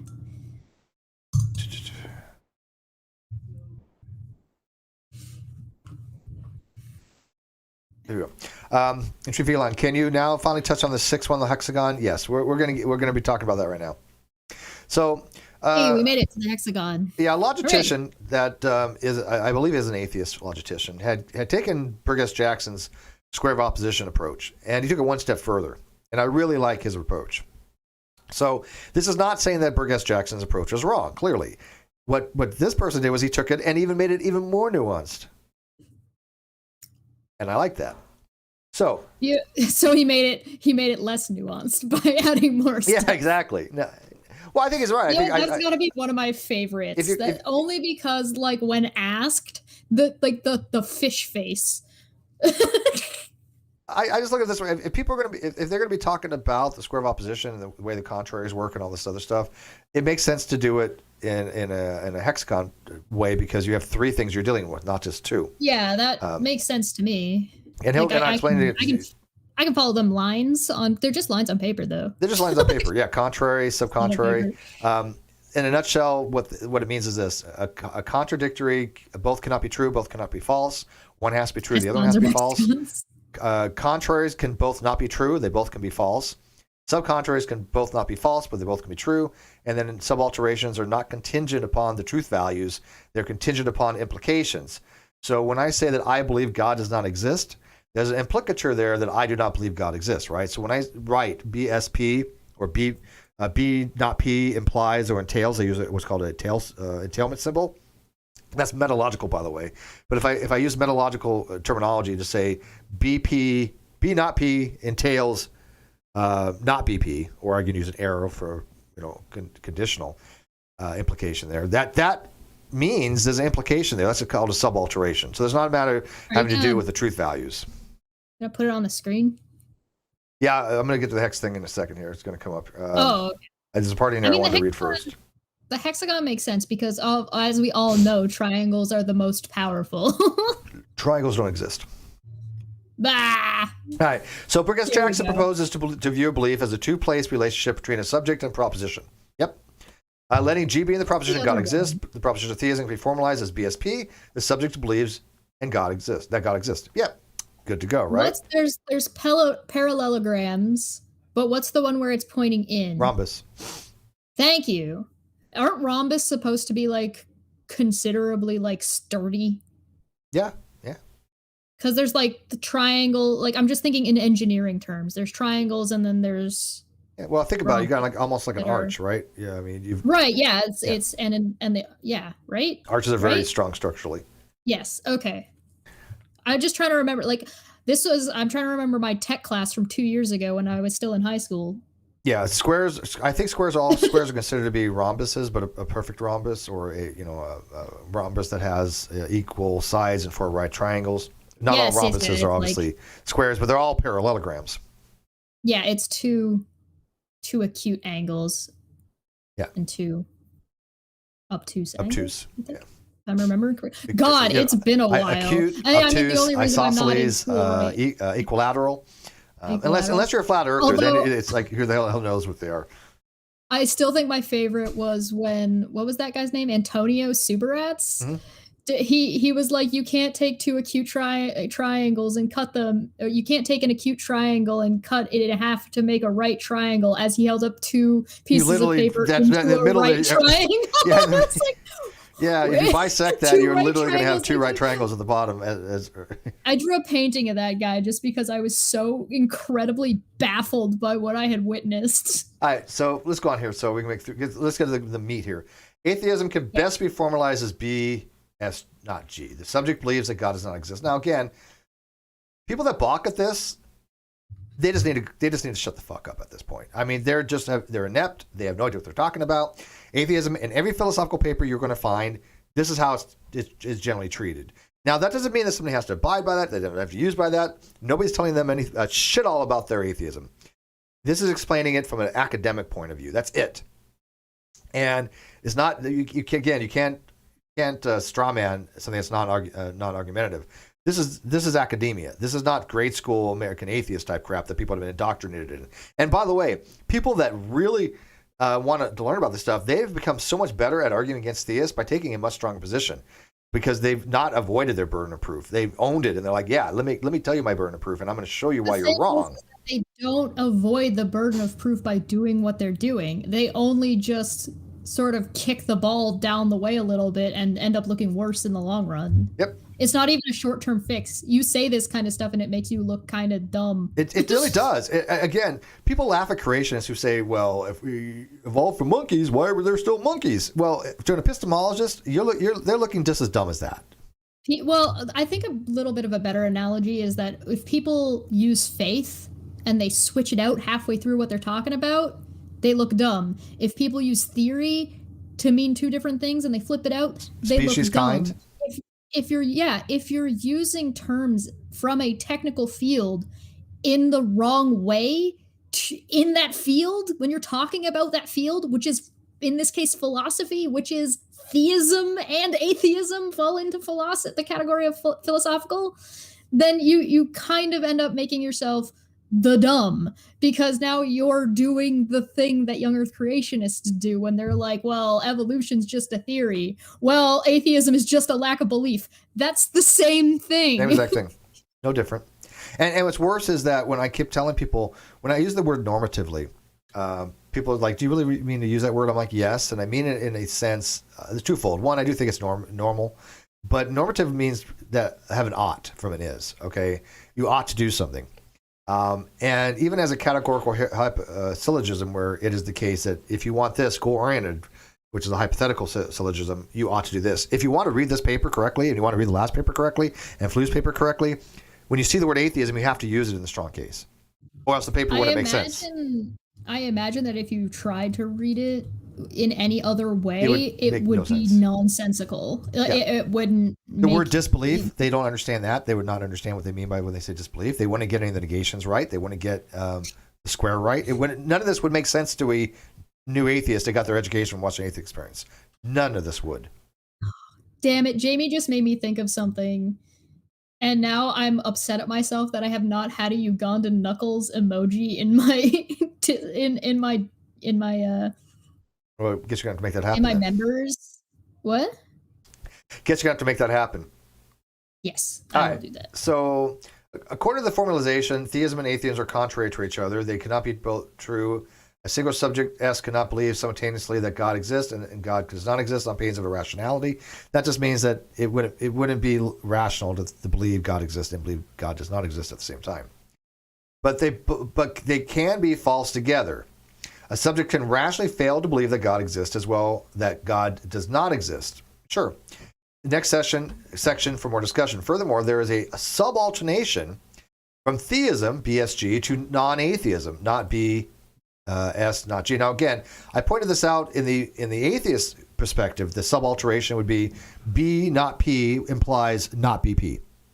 Right? If you believe that God does not exist, you implies you don't believe God exists. Right? That's a sub-alteration. Sub-alternation. So here it's just in a theist case. If you believe God exists, you don't believe that God does not exist, right? So it's the ghost non-atheism, example. they call that, right? If you don't believe in ghosts, you believe there are no ghosts. Well, no. If you believe there are no ghosts, you don't believe that ghosts exist. Right. Think of the negation. I believe ghosts do not exist implies I do not hold the belief that there are ghosts, right? That there are ghosts. Yeah. So here, the theist is saying, I believe God exists, therefore I don't hold to non-atheism. Or excuse me, that implies non-atheism. Implies I'm not an atheist. Implies I don't have the belief God does not exist. And that only has any kind of resemblance of rational logic is if you hold atheism in the positive case. Yeah, you have to. It for this to make sense, yes. Work anywhere else. But now the only thing is that I guess you could sub in any word you wanted to mean those things. That's semantics, right? Cat, dog. Right. But I mean, I wrote the thing on Categorical for that very reason. You could make it any word you want.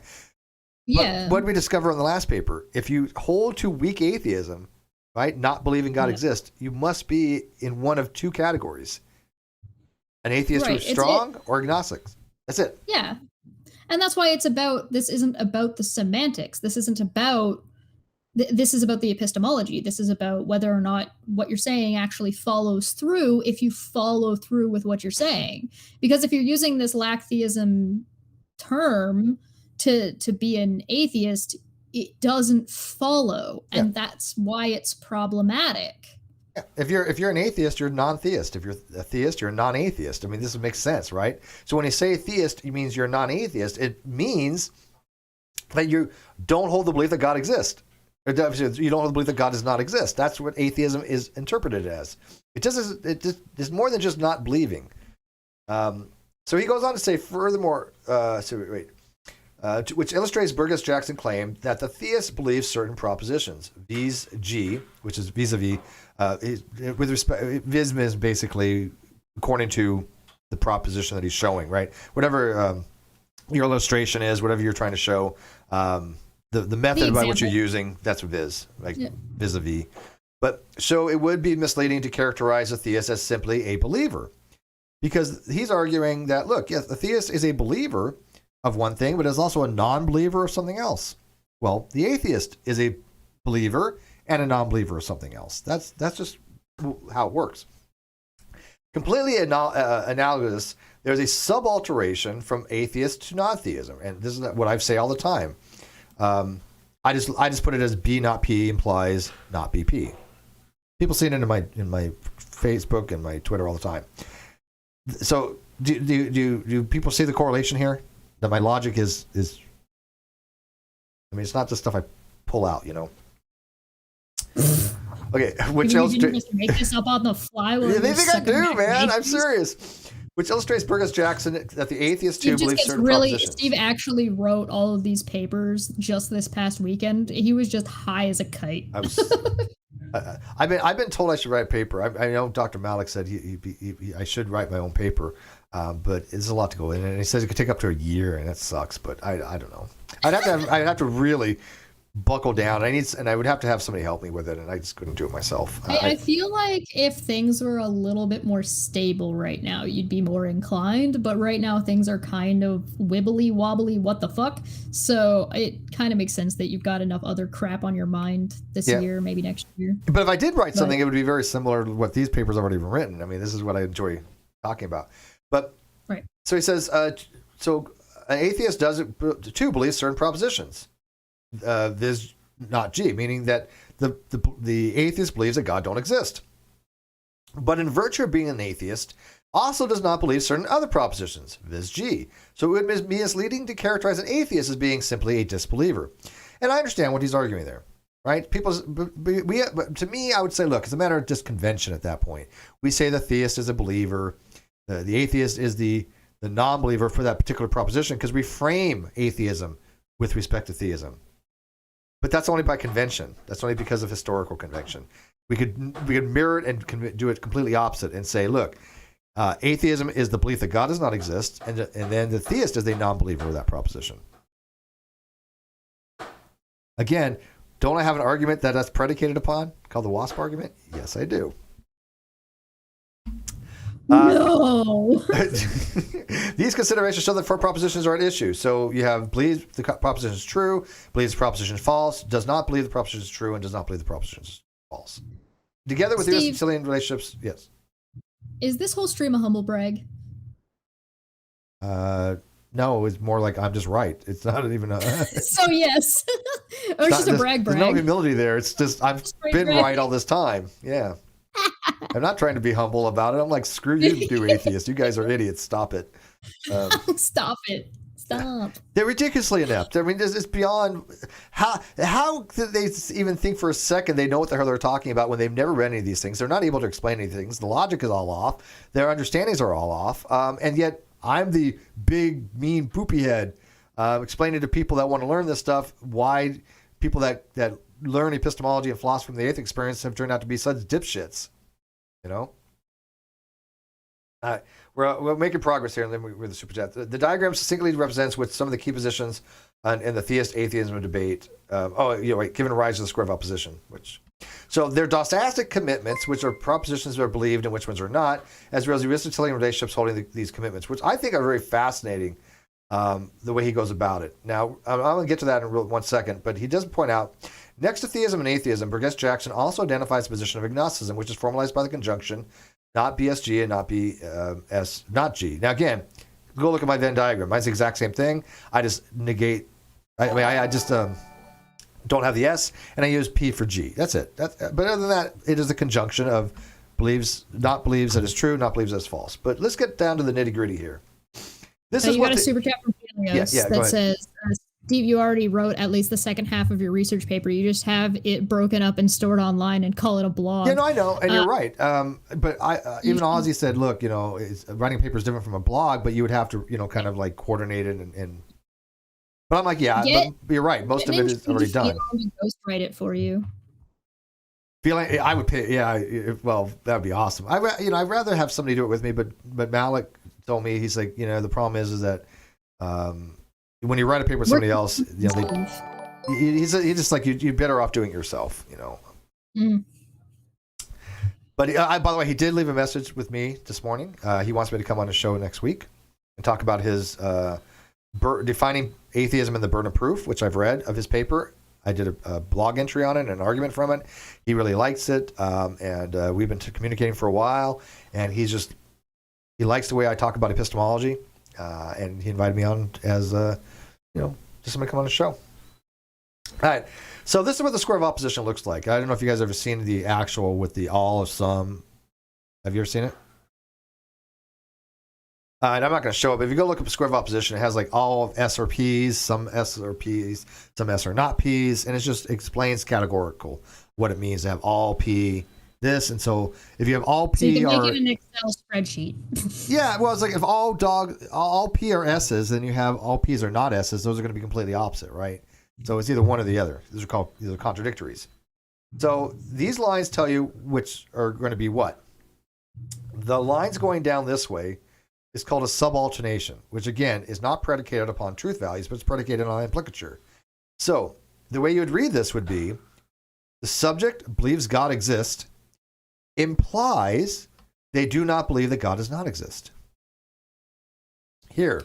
This is the top left to bottom right. This is going straight down by this arrow. See this arrow here?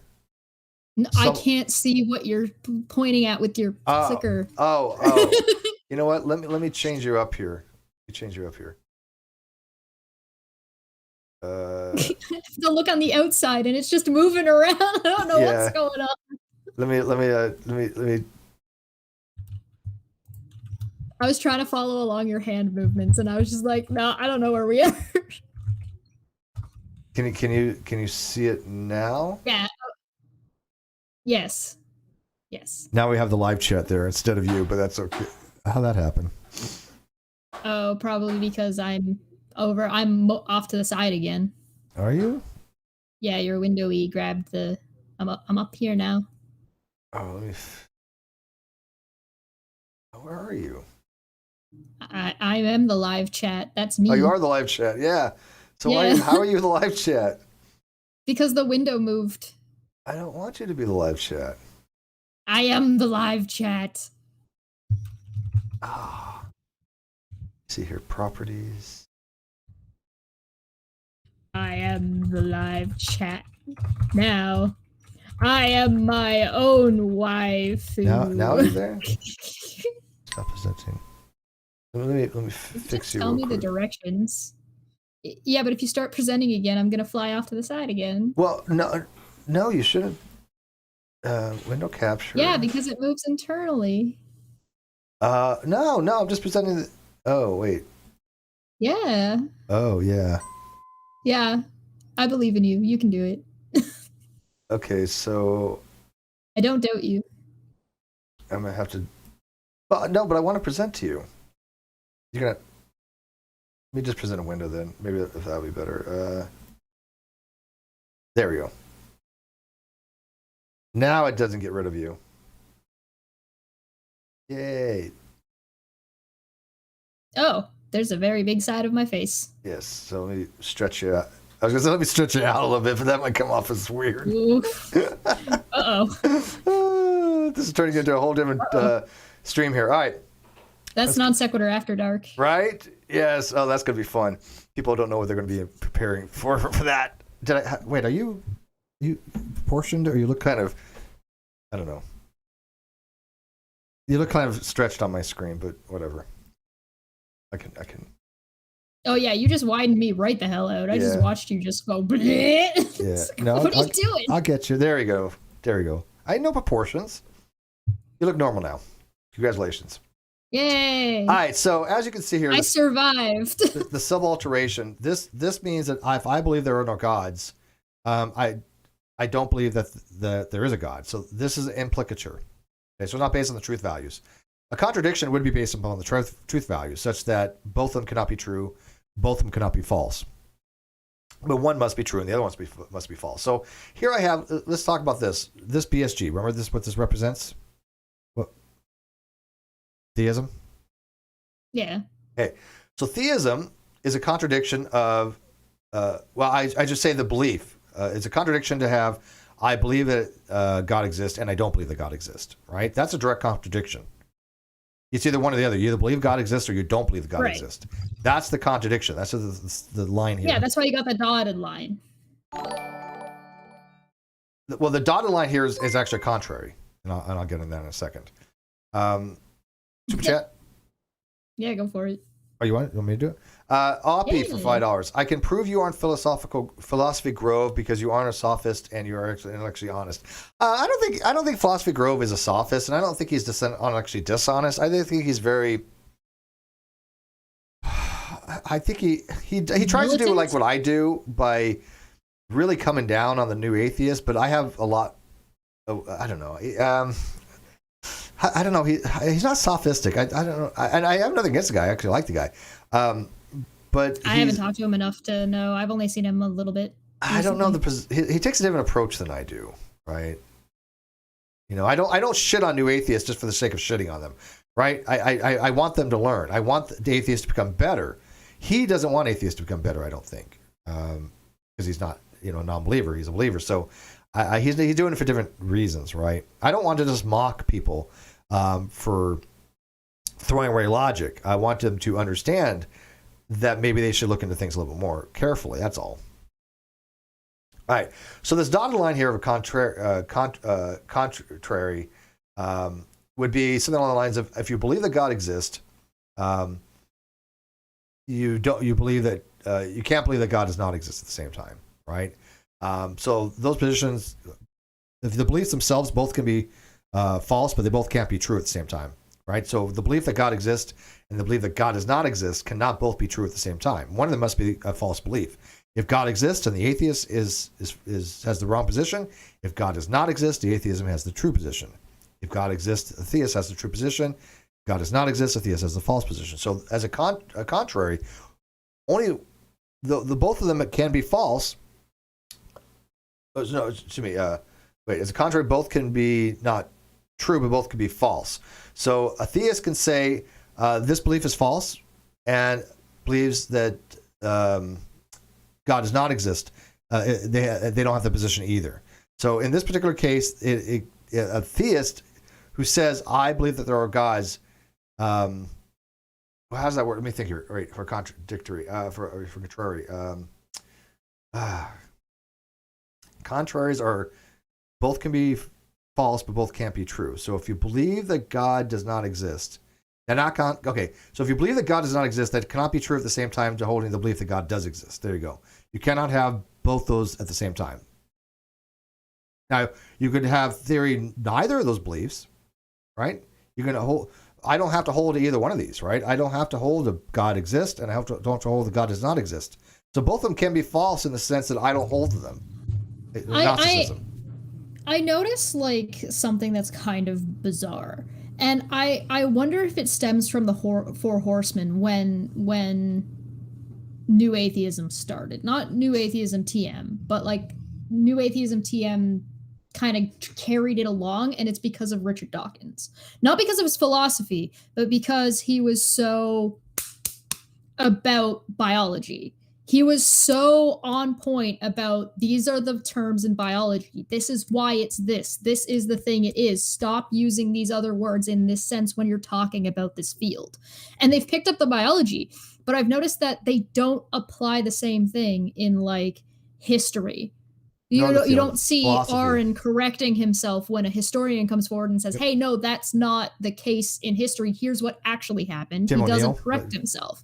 So when you see a philosopher come forward, they don't correct themselves. They just keep going with the wrong thing. And so they know they're wrong. They've been informed by somebody who is well educated that they are incorrect, shown to be wrong, and they refuse to accept it. The same way you've got young earth creationists refusing to accept biology, but they're fine doing it with biology. You correct them in biology and they're just like, oh yeah, no problem. But I feel like that's a carryover from Dawkins. Could be.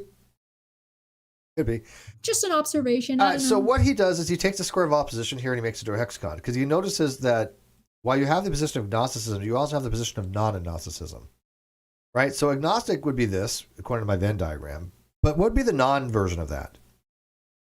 Well, you just take the negation of that. So negation of this would be a double negation.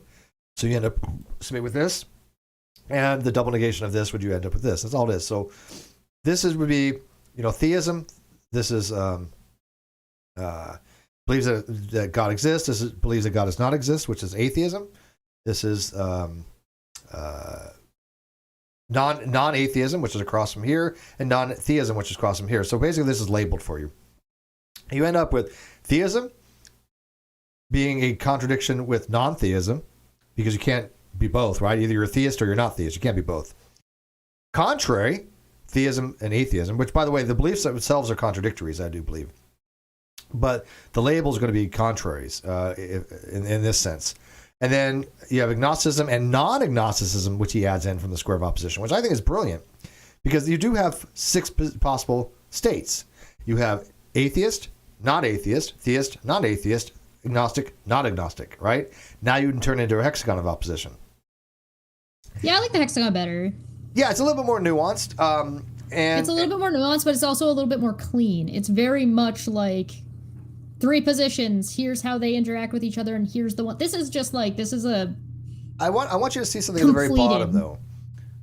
Look at the bottom of this hexagon. By the way, this just makes me feel better. There are 3 ways. I have another paper on this, but I'm not going to show it. It's way more complicated than it needs to get into. But there's actually 3 ways of doing these hexagons. Okay, this one's actually, I think it's called the the JSP. What's the name of this? I'll show you the name of this hexagon real quick. It is called... I'm not going to pronounce these people's names because I suck at names, but we'll get into that in a second. I'm the same way in my goblin reads. I almost never pronounce people's names because I'm like, these are French names, and I don't. But it's J. Sometimes I do it with English names, and I'm just like, I don't know how you pronounce your name. There's like 7 ways. I don't. Where is that? I apologize in advance. Yes, I did read this paper, so I know what I'm looking for. Just where it was in here is the problem. It's kind of an empty apology because I also don't really care that much. But, I mean, if someone were to be like, confront me and say, hey, you spelled my name wrong, I'd be like, oh, yeah, I feel kind so this is the name of the hexagon right there.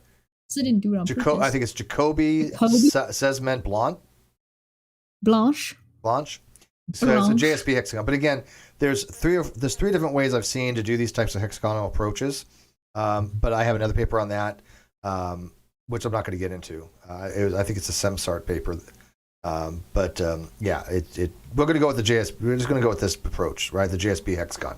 So if you look at the JSP hexagon at the very bottom here, for the sub-alterations from the agnosticism to the non-theism and non-atheism, does that remind you of anything that I've had in my blog before, people? Maybe someone who's really astute out there, the extreme feline, might recognize one of my proofs of this for this sub-alteration at the bottom. Because I have it in my blog that, should I just tell them, or do you think one of them might recognize the sub-alterations here from non-atheism to non-theism? I'll give you a hint. What's another word for non-theism or non-atheism? You're talking about weak case conditions, right? You're talking about a weak case. So it's weak atheism, weak theism, which I've had an argument that agnosticism is the same thing. It implies weak atheism. It implies weak theism. I have a proof of this, right? So an agnostic is neither a theist nor not. It implies they're a non-theist or a non-atheist because they're neither. And they're in the weak case. An agnostic is a weak atheist. Agnostic is a weak theist. So if you're a weak atheist, guess what? You're also a weak theist unless you subscribe to the position that God does not exist. Logic. So when you tell, this is what both papers have argued, by the way, Chesh, that belief also implies other doxastic commitments, one of which is a non-belief of something else. And so every non-belief position has a belief component to it as well. But the point is that if you say, I do not believe God exists, and you must logically either be strong or agnostic, and you're not strong, then it's the same thing as saying agnostic. And so agnosticism, weak theist, and weak atheism are the exact same thing, logically speaking. Not going to get into the epistemic differences because it deals with suspending judgment. Different conversation. It's like saying Jewish and Christian. Both of them are believed P. Both of them are theists, right? But they have different reasoning why they're theists. But both logically are theists. Right. Think of it that way. That's the best way I can probably put it. Right. So there's different reasoning behind why somebody's a weak atheist, but logically it's no different. Both believe in God, but both believe in God for different reasoning. Right. So when I keep telling people that the atheist community of Austin is not promoting atheism in any real significant way, they are promoting agnosticism. They're promoting non-belief. Again, that non-belief must be the case that they are also weak theists.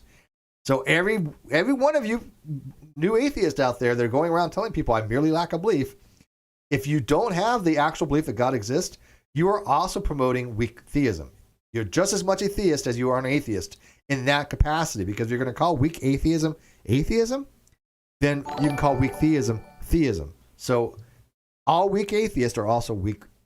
All weak atheists are all weak theists, except if you're a strong atheist. There you go. I mean, how much more coherent can I make it for people? How many more times can I show people evidence of my claims that people don't do for me? When I ask them, where's your evidence? I don't get any peer review paper. I get nothing. It's nothing. All right, so let me take some questions from the audience here. I didn't go too heavily into the sub-alterations and the contraries and the sub-contraries here. You can go into your diving yourself. Go look up the square of opposition, but basically you'll see what these sub-contrary lines mean. Sub-contrary, if I remember correctly, both can't be false, but both can be true. But the contraries are to me significant. For example, like I would put like Christianity and Judaism are contraries in the sense that both Judaism and Christianity can be false, but they both can't be true, right? I mean, one of them is true, one of them is false, according to to Christianity and Judaism approach to God, right? Unless there's two separate gods. There's a God of a Jew and a God of a Christians, maybe, but in the Judeo-Christianic version of a Yahweh, that one God, one of those, they're both looking at that one God going, hey, we're right. One of them has to be right, one of them has to be wrong, or both can be wrong, but they both can't be true. That's contrary. All right, so what we got for questions out there? We'll take a few seconds there. My voice is short. Well, there is a conversation in the chat going on about whether or not something counts as talking about philosophy. It's all philosophy. Oh, let me wrap it up with this while you guys are looking for questions. So Yeah. according to the Boolean square, they call it the Boolean closure. So these are the consequences that exist because of the logic. And you'll see me write very similarly, different nomenclature. But theism, this is what's called a material condition, material implication. It means that this is the same as this. Let's think of it that way. So a theist is a non-atheist and a non-agnostic. And by the way, this is the logical notation for it. But if you don't know logic, who cares? Does this? Well, I'll just go through all 6 of these real quickly. Use the hexagon. It is your new best friend. So theist is non-agnostic and non-atheist. So here's theist, non-agnostic, and non-theist. These are contradictories. You can't, or you cannot be a theist and a non-theist at the same time. Okay, but you also cannot be a theist and an atheist at the same time, right? Those are contraries. So when you say that you believe God exists, you're saying that you don't believe God does not exist, and you're not saying you're agnostic on it either. So would you agree that theism is biconditional with non-atheism and non-agnosticism? Yeah, that makes sense. How about atheism? Okay, well, an atheist is non-theist, and they're non-agnostic. Yeah. Right. This one I think is interesting. This one's trivial to me. Agnosticism, non-theism, and non-atheism. The reason being is, if you notice the logic, they're the exact same thing. Look closely at this logic here. Not BSG and not BS, not G implies material implication, not BSG and not BS, not G. Weird how that works when you're using logical notation.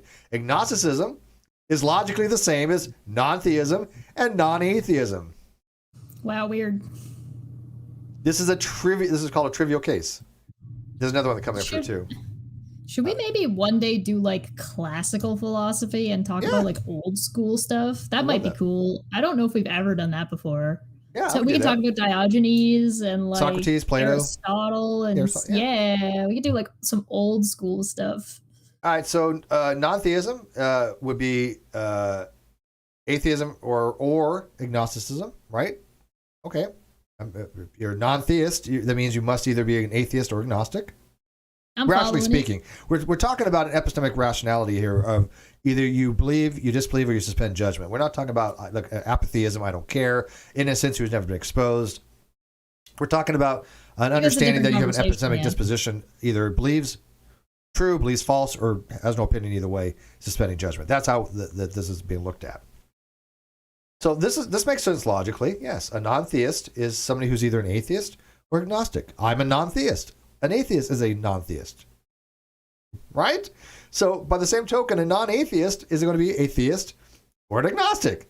I'm a non-atheist and I'm a non-theist. Oh, look, Matt Dillahunty, go fuck yourself. Straight up, go fuck yourself. Is philosophy his bitch? Oh, or is he Matt Dillahunty, philosophy is your bitch and logic's your bitch. So this is logically right here. Number 5 he's their bitch, not his bitch. Based upon Aristotelian square of opposition here. Oh, that's a hexagon. A non-atheist is either theist or agnostic. I'm an agnostic. I'm a non-atheist, right? And it also, if you look at agnosticism, look, you're either a non-theist or a non-atheist, right? Trivially speaking. And there's one other one that's interesting. This one right here. Non-agnosticism is either theist or atheist. So if you're theist or atheism, you're non-agnostic. And look at the logic here. Do you notice that there's a similarity here? Oh, they're the exact same things, just without the parenthetical. They're the same. They're the same. So theist or atheism is logically equivalent. It's logically equivalent to non-agnosticism.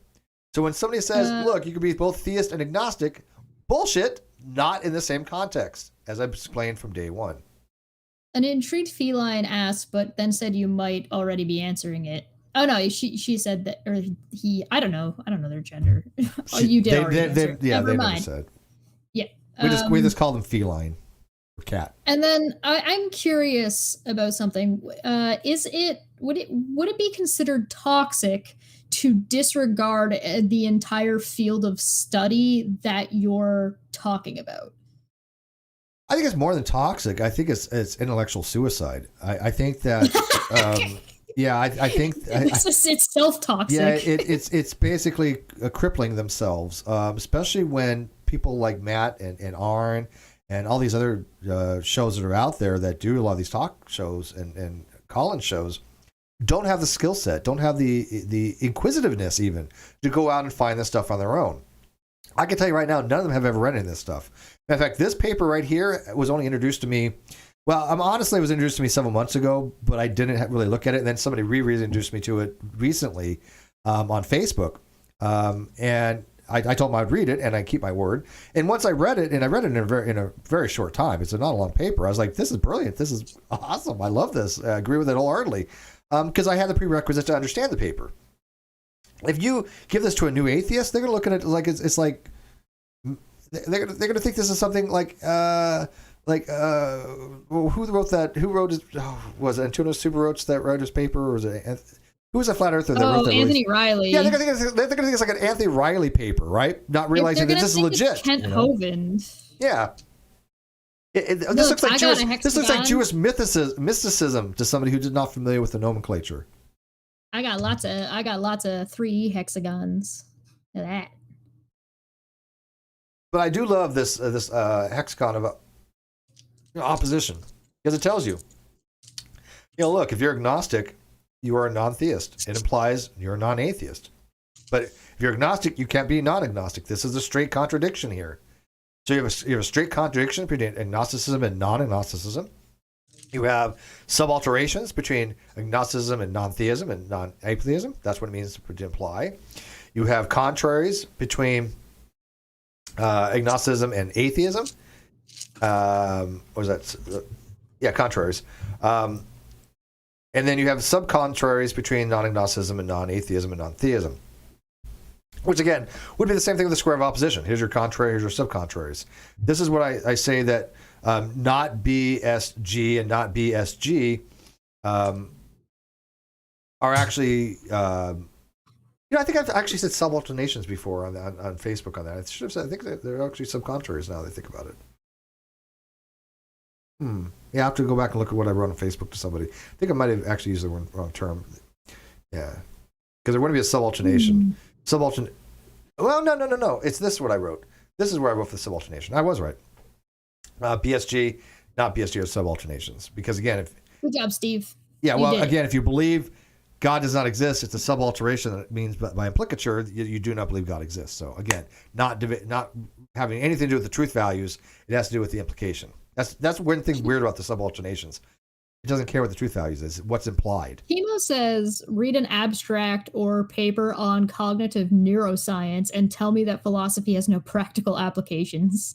Yeah, the thing is that philosophy has a lot of practical applications, and I think that philosophy probably has more practical applications than people realize. Like, you use deductive and inductive reasoning a lot in your real life. Like, a lot. Like, most of what you do is deductive and inductive reasoning. Most communication it can be considered inductive. If somebody isn't being clear, you have to kind of try and figure out what they're saying, so you can either deduce or be like, well, you've implied this, and go through implicature. And so people spend a lot of time doing philosophy when they maybe don't realize they're doing philosophy.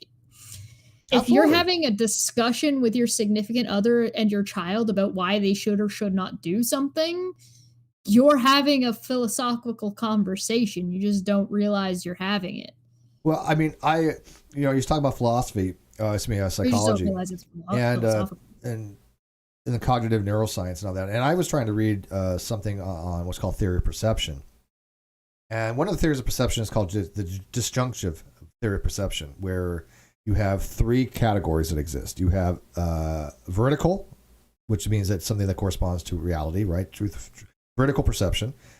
Usually with the correspondence theory of truth means that something is corresponding to that exists, or causal theory, where you have something that you see something that has a causal effect in your mind. And then there's what's called an illusion, which is your brain is doing something not necessarily incorrectly, but in a way that doesn't really correspond to verticality of some state of affairs.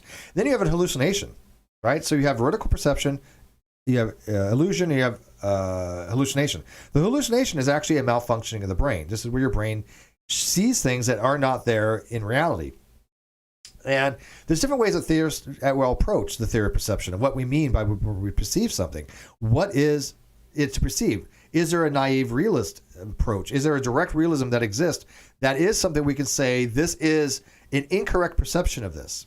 And color realism is what we talked to with like Mark Pellegrino before, is one of the major components of that, and what we mean by is color an illusionary phenomenon? Is it just phenomenological that there is no state of affairs to be had in the theory of perception of what we mean as opposed to a veridical account, right? Because if I say I have a cup in my hand, well, you can't see it, but I have a cup in my hand, right? Believe me, I do. It's a cup. Yeah. But by the way, to a mereological nihilist, they would probably say, no, I don't have a cup in my hand, or whatever. And I like mereological nihilism. Well, they don't matter.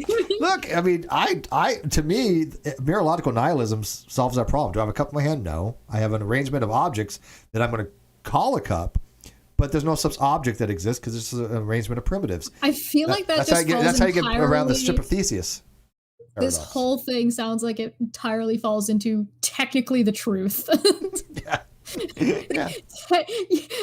Yeah, I guess. Well, I mean, a dot matrix printer with a bunch of dots, and you show a picture, right?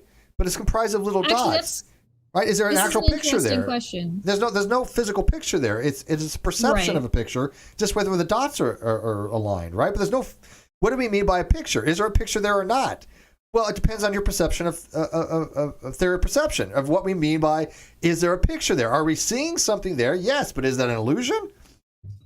Right? If it's an illusion, then it's not really there because that's what it is in theory of perception. Yep. So this stuff gets really complicated really quickly, but I find it to be very fascinating. An intriguing feline says that it's pronounced Jacobi, not Jacoby. Probably, yeah, again. And Rosa Barks asked something interesting. Is an atheist talking about being in the military philosophical conversation? And I think that they've misunderstood that you need to be an atheist to have a philosophical conversation. You're going to have a philosophical conversation about things that aren't religion. It's just religion. Any conversation about your religion or your belief system is. Yeah, as soon as you say you're an atheist, you're in the realm of philosophy. So it depends on the kind of conversation about the military you're having. It doesn't matter whether or not you're an atheist or whether you're a theist. It matters about what your are you talking about the morality of dropping bombs in World War II? Are you talking about drone bombing that goes on nowadays? Are you talking about whether or not the way service members are treated is good or bad? If you're having a discussion like that, just the fact that it is a discussion with different opinions is philosophy. Yeah, disobeying a direct order, that's, a legal order, that's philosophy. That, all this goes into moral theory. Sean says that's why absurdism is a thing. Probably. Absurdism is a very interesting approach that man has gone out to try to find meaning and value in life, but all not of finding philosophy it. is a bunch of technically so this is true. In an existentialist approach, I think absurdism probably has some validity to it. I think that we do want to find some intrinsic meaning and value to life in an axiological approach, and the fact is that I don't think any man has ever found what they're looking for as far as a metaphysical accounting to explain things, to find that meaning of life that they're going for.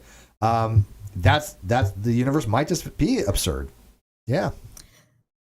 All of philosophy is a bunch of, well, technically this is true. No, philosophy is about having the conversation of what is true and how do you know it is true? Yeah. And here's the thing. This is technically true.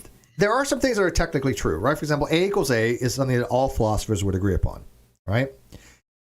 But things that are philosophical in nature are not cut in stone like that. They're philosophical approaches. Just like you have methodological approaches for various things.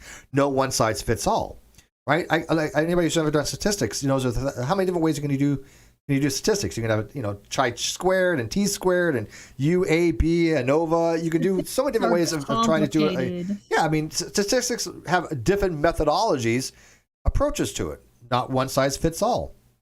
Philosophy is the same way. There's always some kind of tension between most beliefs. And by the way, philosophy doesn't care what you don't believe. Philosophy cares what you believe. That's is why another approach for atheism where they're like, well, I just don't believe. But it's still philosophy, but it's it's not of importance. If I tell Cheshire, hey, Chesh, you know what? Yeah, I'm a non-car.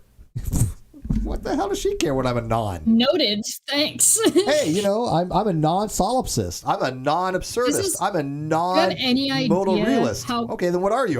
That's what you are. I absolutely love the idea of phrasing it as if you're getting a commission done, so you're getting a piece of artwork done, and you say, okay, what do you want? And the person says, I don't want a drawing of an apple. Yeah. You're okay, that doesn't even tell me. That doesn't even tell me if you want more than one apple in the picture. Yeah, that's exactly it. And when I hear these atheists go, well, I just don't believe. I'm like, okay, but that doesn't tell me anything about your position. I don't. So what? You don't believe, but what are the things you do believe? You know, a lot of things I don't believe, but I don't believe them because I believe the thing's false, right? And if you believe things false, then you don't believe. I believe fairies don't exist. I believe Santa doesn't exist. I believe that we've never been visited by UFOs. I believe that aliens do exist out there, but who knows if they're sentient. But I do believe extraterrestrial life exists out there. By the way, we'll talk about it another time. But I already did a video on that for my blog. But I have no onus to demonstrate anybody anything when I say I believe Santa does not exist. If somebody says, "Well, can you prove that?" No. So what? I didn't say I can prove it, did I? When one of those new atheists tells a theist, "Can you prove God exists?" They look like they're an idiot. Okay, now if a theist says, "Look, I can prove God exists," you say, "Okay, fine, go for it. Let me see what you got." Oh, you can't do it? Oh, no surprise, right? But if somebody says, "I believe in God exists," and you sit there and tell them, "Well, prove it to me," that theist has every right to tell you to piss off, as well they should, because that's not their claim, and you're strawmanning them. Which is why it makes sense if it's a call-in show. Like I said, for Atheist Experience, the theist has to agree to the conversation and put in the effort to go there. And so operating within those terms is fine. Now you're going to run into problems, and we can talk about what those problems are due to utilizing that, but that's not saying they can't use it. Of course they can use it. It might work for their format. There may be better ways. I have no problem with that either, by the way.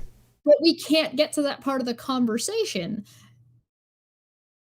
And then just don't tell people they're wrong. Just say, hey, no, that's not the conversation we're having here. Sorry, if you want to have that conversation, go over there or go do this. What happens when people call into this show? Elsewhere. When people call into this, they call into not this show, but Caffeine Corner, and they think they're talking to Atheist Experience and a bunch of like amateur kind of stuff. It's like, remember Catholic traditionists? People are still talking about that. I kid you not. People have been like, oh my God, that was so awesome. It's been a week. Even Jeff, right? Geoff, but Jeff, he was even saying that he was going off on Catholic traditionists because he got his ass handed to him, and people have been telling him, dude, you got your ass handed to him. So I was like thrilled people are talking about that. Because he didn't know, he called it the wrong show for that bullshit. Oh, that dude was at like a 15 and everybody else was like at a 2. But you notice I didn't say, but you notice I didn't sit there and go, I didn't believe you. I was like, no, you're wrong. Let me show you why you're wrong. Well, that's what they were expecting. Somebody asked, the Maverick asked, when we lack empirical evidence of X or an alternative, isn't it rational to form a belief based on current knowledge in accordance with logic and experience observations? Absolutely. Yeah, I don't have a problem with that either. I'm not. I think that's perfectly rational. I'm not a strong evidentialist. I'm a moderate at best, and maybe even a weak evidentialist. But yeah, that'll depend on the person about whether or not that's going to be good enough for them as an individual. Yeah, we only. It's fine for us to base it on current knowledge, information. But what you have to understand is empiricism is not the only way we formulate beliefs. Right? So even if I don't have empirical evidence of something, that's not the only way we can have a rational belief of something. There's pragmatism, there's prudentialism, there's other forms of semantic theories. So when when somebody says, look, I don't have any empirical evidence of this, you can still be justified to believe things in other ways. Look, I have no empirical evidence that external minds exist, but I believe it. Is it rational? No, it is irrational. But I still believe it. Solipsism. Right? Yeah, never go full solipsism. Right? So there's nothing. So even though I admit that it's not rational to hold the belief that external minds exist because you cannot justify it, I do know it is irrational. But to say that I don't have a belief or I have a belief one way or another merely because of empirical evidence or lack thereof, I think you're limiting yourself. because again, that's not the only way we formulate our belief systems. And I think that science gets too much into that. Oh, it must be empirical. No, you don't go out and measure how much of a God exists, right? Yeah, and it's okay. It's okay to have an irrational belief. Sure. It's okay to have something that is justified to yourself, because that's the burden of proof that works for you. That's that burden of justification that has been convincing to you. The problem that theists run into is they run into being inconsistent with that burden of justification. So they've justified, so because of a cognitive dissonance or confirmation bias, they're like, hey, I believe this specific religion because I grew up within it and I already know it, and this is what I believe. So I'll believe something that I'll only believe from this religion, but not from this religion, even though it's the same thing. And so that inconsistency is problematic. And if you're an atheist looking to argue logic and make that kind of an argumentation, then you're better off knowing this logic, so that way you can apply that better in your discussion. Yeah, Chalupa says, are you saying irrational because it's not in the set of beliefs that can be justified, or for another reason? Yes. It is. Things like that are irrational because they're not justified, not justifiable, they're unwarranted and unwarrantable. So because of those facts that, for example, if I try to justify the use of induction, as Hume pointed out, I have to use induction to do that. Well, if I'm using induction to prove induction, there's a fallacy name for that. It's called circular reasoning. So it's not justifiable, which is fine. We can have irrational beliefs. Properly basic beliefs in classical foundationism are irrational beliefs. Big deal. Some cases you have to. To function. You kind of don't have any other choice. I mean, good luck having a conversation about free will, right? One of the papers that we're going to be talking about, again, I'm going to be doing this more often, I think, with papers. I probably will go over Malik's burden, defining atheism and the burden of proof, because a paper that we'll be going over on his channel to discuss specifically. But, he mentions very specific things in there that I totally was blown away that somebody was saying things I've been saying for a long time. And he finds that atheists are playing a sort of game, and I agree with them wholeheartedly. And he finds that they don't distinguish well between things like local and global atheism. They don't distinguish well between beliefs and knowledge. They don't distinguish very well between these terms, because they just throw them all in a blender, spin it around, and whatever comes out, that's what they spew. And then that gets out there, and then somebody else just latches onto that, and then they go spew it. And then it gets to be a non sequitur of reasoning, because none of their arguments follow. It just doesn't. And so he astutely points out that when an atheist is talking about a certain term like God, they don't understand there's local atheism and global atheism. I'm talking about global atheism, right? And new atheist waffles between the two all the time.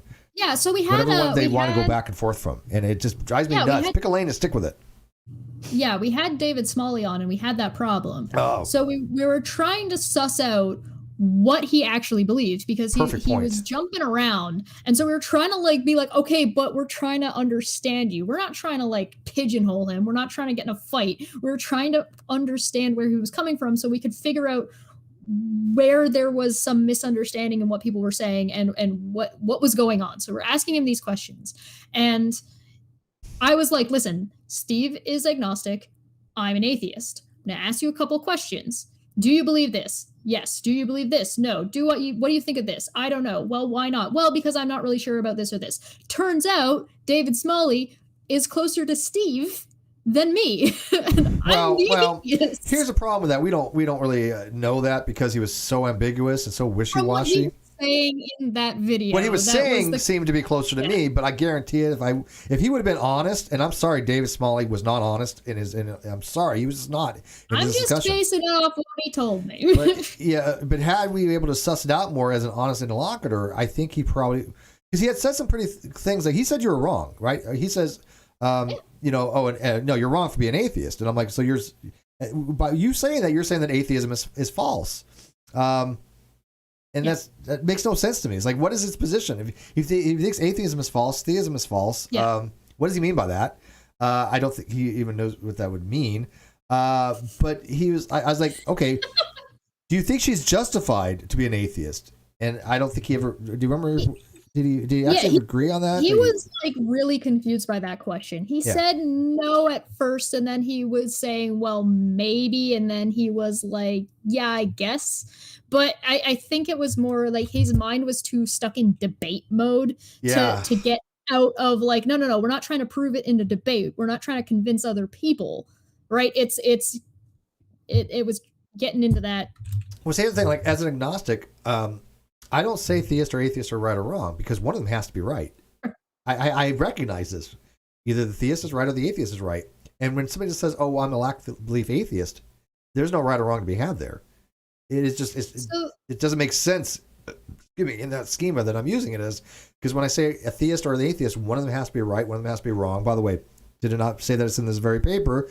Dr. Oppie says the exact same thing, verbatim almost. Be true. Yeah. That theism is either true or atheism is true. One of them must be right, one must be wrong. They both can't be true, and they both can't be false.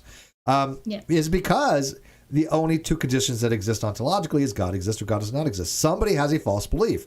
I recognize this, but I'm not going out promoting agnosticism going, hey, look, both you groups are wrong. Now, the Huxley agnostic would say both groups are unjustified for having their particular positions. That's a different argument, and I don't hold to that, but that's what Huxley agnostic. A couple things from the chat. The Maverick says atheism is irrational and illogical, so I'm curious as to why. How? Yeah, I mean, how so? here's the logic. Here's It's here's actually the enumerations. This would be the logical enumerations, which I went through every one of these. They're absolutely spot on. I'm 3 and 6 are curious as trivial, but whatever. I don't think what they said is what they mean. But I'm curious to wait to see what they have to say. In the meantime, Jamie said, what would be the least powerful evidence for God that could move you towards theism? What kind of evidence and why? Do you want to go first? Or you want me to go first? You go first. Somebody's personal experience. That's not convincing to me in any way, shape, or form. I still count it as evidence. It still counts. It's just not worth shit to me. Yeah, what about your own personal experience? Like, let's say God came down right in front of you and said, "Yo, I'm here." I mean, it would be convincing to me, but I don't know how valuable I would find it. Well, it'd be valuable if I mean, like, obviously people will say, "Well, it could be hallucinating," but let's assume it's not an hallucination. No, it'd be valuable to know that something being exists. I'd be like, okay, I got so many questions for you, right? So many questions. Well, let's have a chat. I mean, it could be interesting, but it's not going to it's not really a whole. If I can't share it with anybody, and like if I don't if I have my own experience, I don't think my experience should be convincing to you. I agree. So in that case, I don't see any value in it in regards to the conversation. That's what I told Fuzz Rana. I call it non-transportable justification, right? My personal experience is non-transportable justification. And I don't think that like God doing that, it seems, why would you do that to understand this? So, I mean, if I could sit down and have a conversation with God, I mean, that could be interesting. But there's also like another step here. And it's like, particularly in the Judeo-Christian or in the Judeo-Abrahamic religions, even if that God were to pop up and prove that they existed to me in whatever way, shape, or form, there's another step. It's like, okay, well, I believe you exist, and I think you're an asshole. So there's a whole nother step to worshiping and think like, because you might be able to scare me into worshiping you, but I mean, God's all about believing in your heart. Well, there's a difference between worthy of worship. Like, I don't. Yeah, there's a complete difference between believing God exists and having that God worthy of worship. But those are two different instances.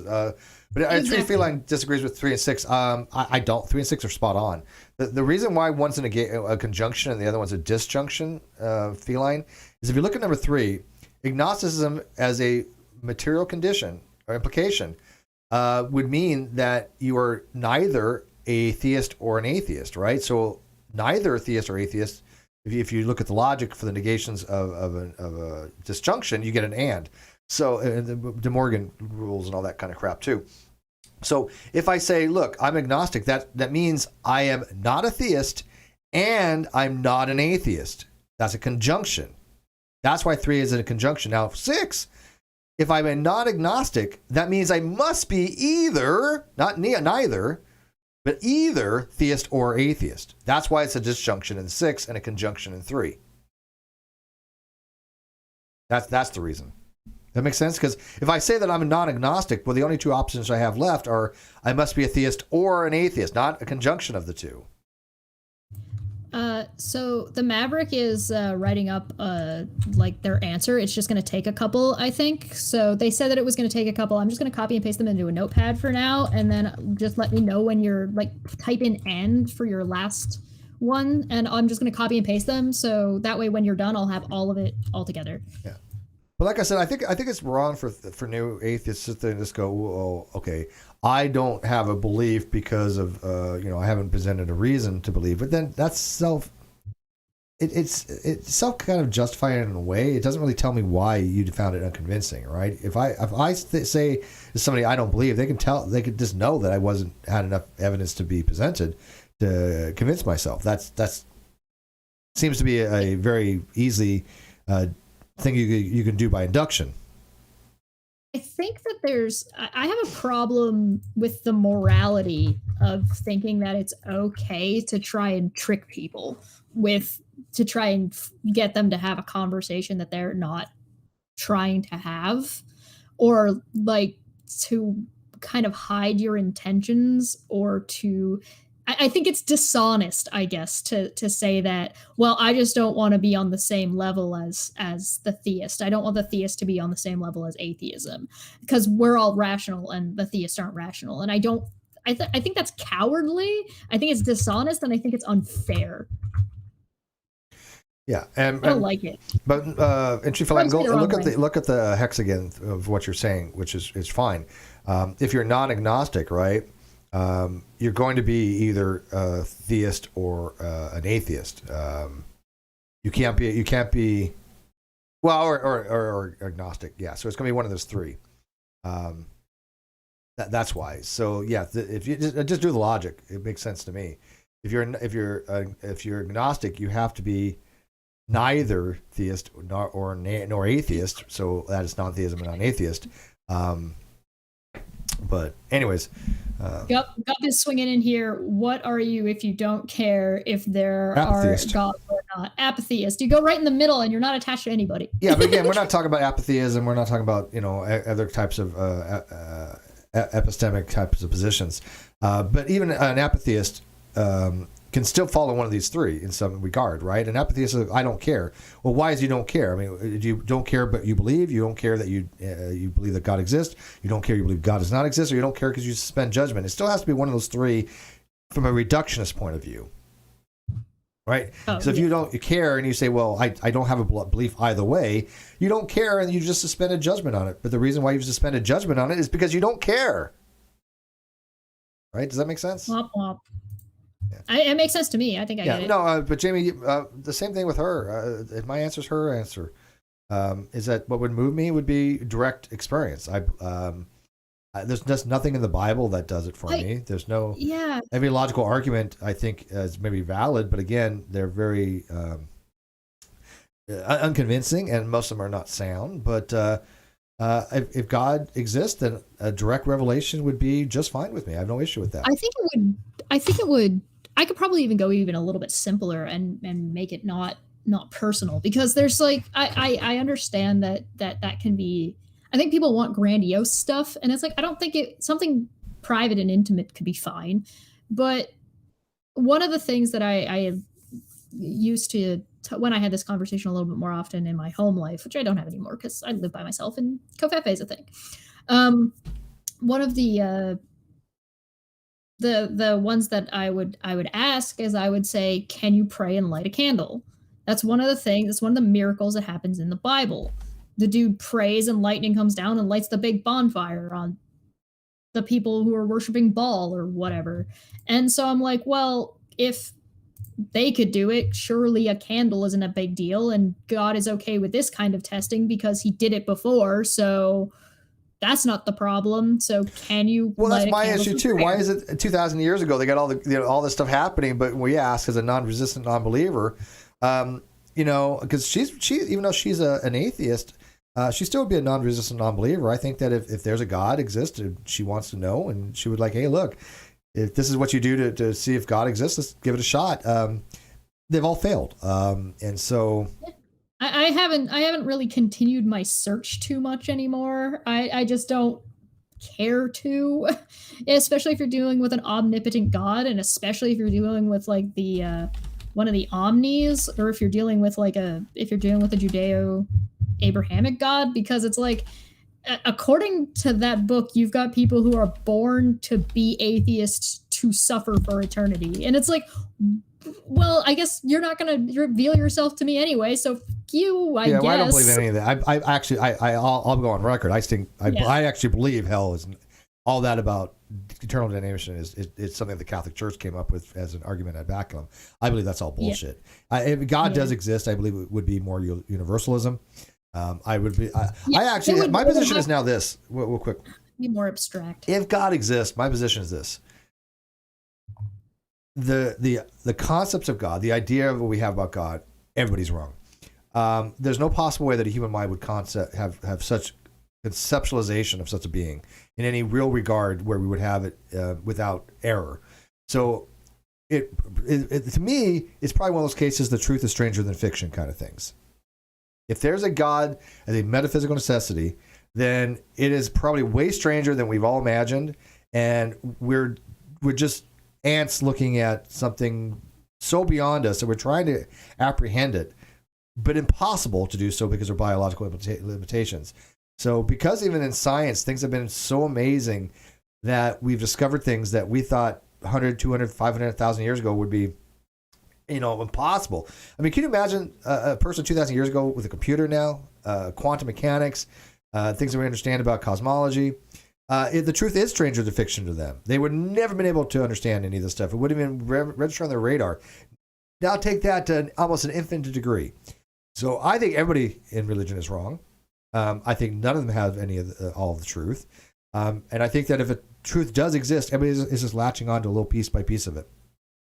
So sure, there might be a God as a metaphysical necessity, but it certainly isn't what people have said it to be in any real regard. And it's certainly, I wouldn't argue that, hey, look, believe me or you're going to hell, is not a conducive way that a omnipotent being would go about saying, hey, I'm doing some kind of test.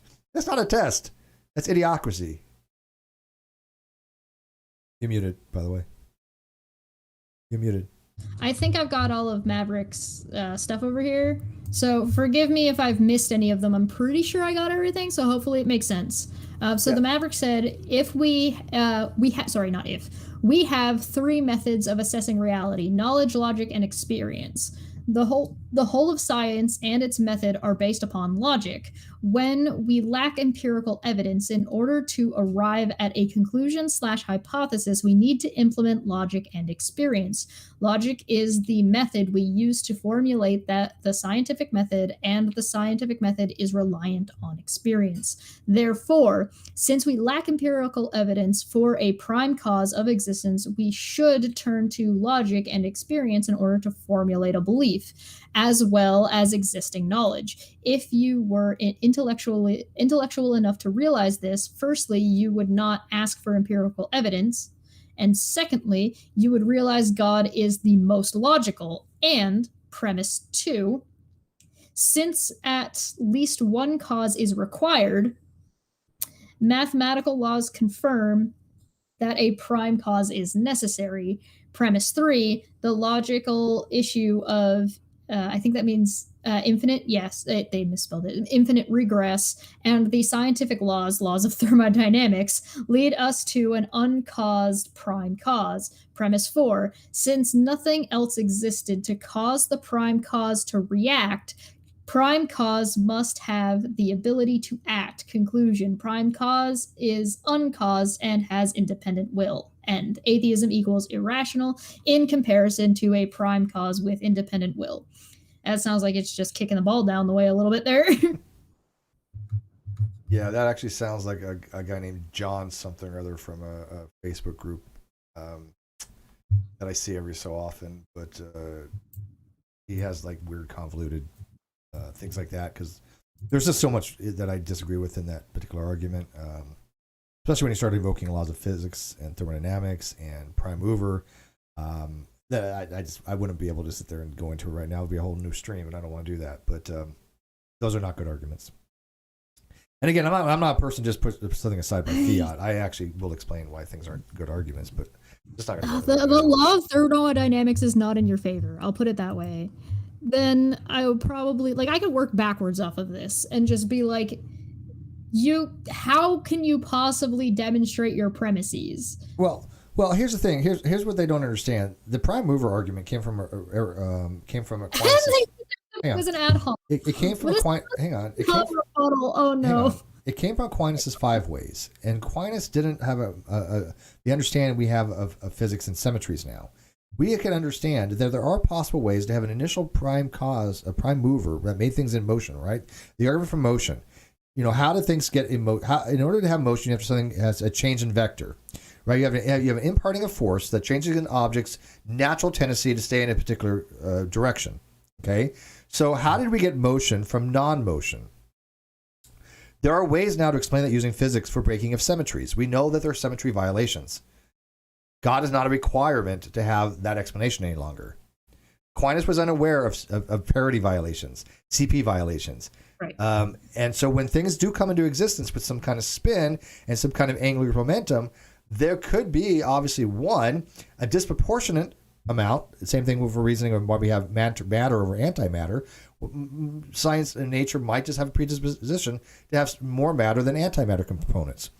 Or because in a parting of angular momentum in such a way that is not symmetrical. So you have certain things spinning one way and certain things spinning another way. Aquinas was not a physicist. Mm-hmm. So the argument from motion and the first cause arguments are really antiquated. That doesn't mean they cannot be true. That doesn't mean that God cannot be posited for an explanation of those things. I have no problem with that. My argument is, as well as every non-believer out there that understands these topics would probably argue, God is just not required any longer for those arguments, as Aquinas would have argued. I also, there's quite a bit you could unpack here. I imagine you run into trouble using these 3 methods for assessing reality: knowledge, logic, and experience.